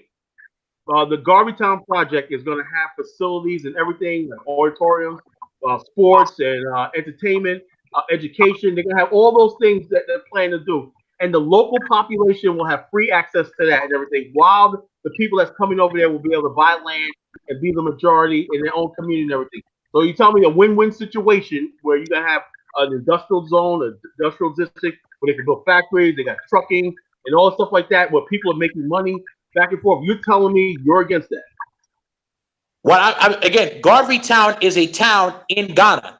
I never said that I'm against that. I'm against a separate state, a 55th, well, I guess 56th African state. But you haven't really came out and said you're for Garvey Town. It's because I'm an economist. What I specialize in, and I should have said this a long time ago, this might have helped a lot. Man, infrastructure nationhood is the basis of an economy. You're an economist, you should know that. Mr. Genesis, what I specialize in is geopolitics, global geopolitics. I'm in geopolitics too. I doubt it. You're saying this is what we're gonna do. I'm about to go. I'm about to go to bed. All right. So what we'll do. All right, Brother Wilkins, you got 2.5 minutes to just make your point and explain whatever you need to explain. Then we'll go to Colin, and we go to the other brother, and then we'll close out. Okay, Dinas, I'm going to speak directly to some of your experiences. You indicated, Dinas, that you were able to make contact with government officials in, say, Nigeria, correct? Correct. Okay. What I would propose is something to the following. I would propose that the African Americans and Europeans, diasporans, pool their resources. Doesn't even have to be that much, $700,000, $800,000, $1 million. You go to a government like, say, in Nigeria, and you say, listen, what we would like to do is we would like to go ahead and establish an education, a new educational system for Nigeria. They're going to say to you, we already have an educational system. Then you would say, let me take control over the educational system in Ogun State because you guys are having a hard time building schools there. We'll build schools under our format. You'll try our format for 5 to 6 years based and compared to your format. And if our format works, we would like to go ahead and implement this nationwide. You would go ahead and pay the money, build up the schools, build up the educational system. And then over time, it's not going to be fast. Over time, once the Africans see that it works, you implement that educational system throughout the entire continent. No different than what Akon did with Light Up Africa. When Akon came up with the concept of using solar panels and introducing solar panels to villages, to African governments, most governments were resistant to that idea until he tried it in one village, it worked, in another village, it worked, and so on and so forth. So what I'm saying is, We need to re-educate Black people on a global scale. We need to start that in Africa, and we have to take the initiative, and we need to invest in that. Prove to Africans that it works. Okay, well, I'm gonna give you. Okay, all right, cool. All right, it will solve a lot of our problems globally. I'm telling you, it will solve a majority of them. Okay, go ahead, Garlic. Like I said, there's old saying, don't put the cart before the horse. Tonight we put not the cart just before the horse, but we put the cart like a mile down the road before the horse. You know what I'm saying? If you don't have a nation state, like you're dead set against for some reason, a nation state, free nation state, like a Dubai. Dubai is a neutral ground between the Arab world, right? Dubai can do things that the OAU and OAE and all these other people can't do. Why? Because they have different laws and everything. It's a neutral ground where people come and invest, everything. Dubai was just voted the most peaceful country in the world, crime-free, everything like that. And Dubai has been a success, right? The idea that Black people in America are returning Africans, the government of Africa can't capitalize on building a new city-state for Africa, but long-term. Now, as far as like investing in Africa, and I put the thing. Why would anybody? First of all, when you talk about coming and invest, we're not a government, right? Usually, when a country, right, and people need to understand this about in Africa, when a country comes and says they're going to give you $500,000 to build anything, right, they're going to get a return tenfold, like Ghana almost did, right? You know, like the United States almost did with Ghana.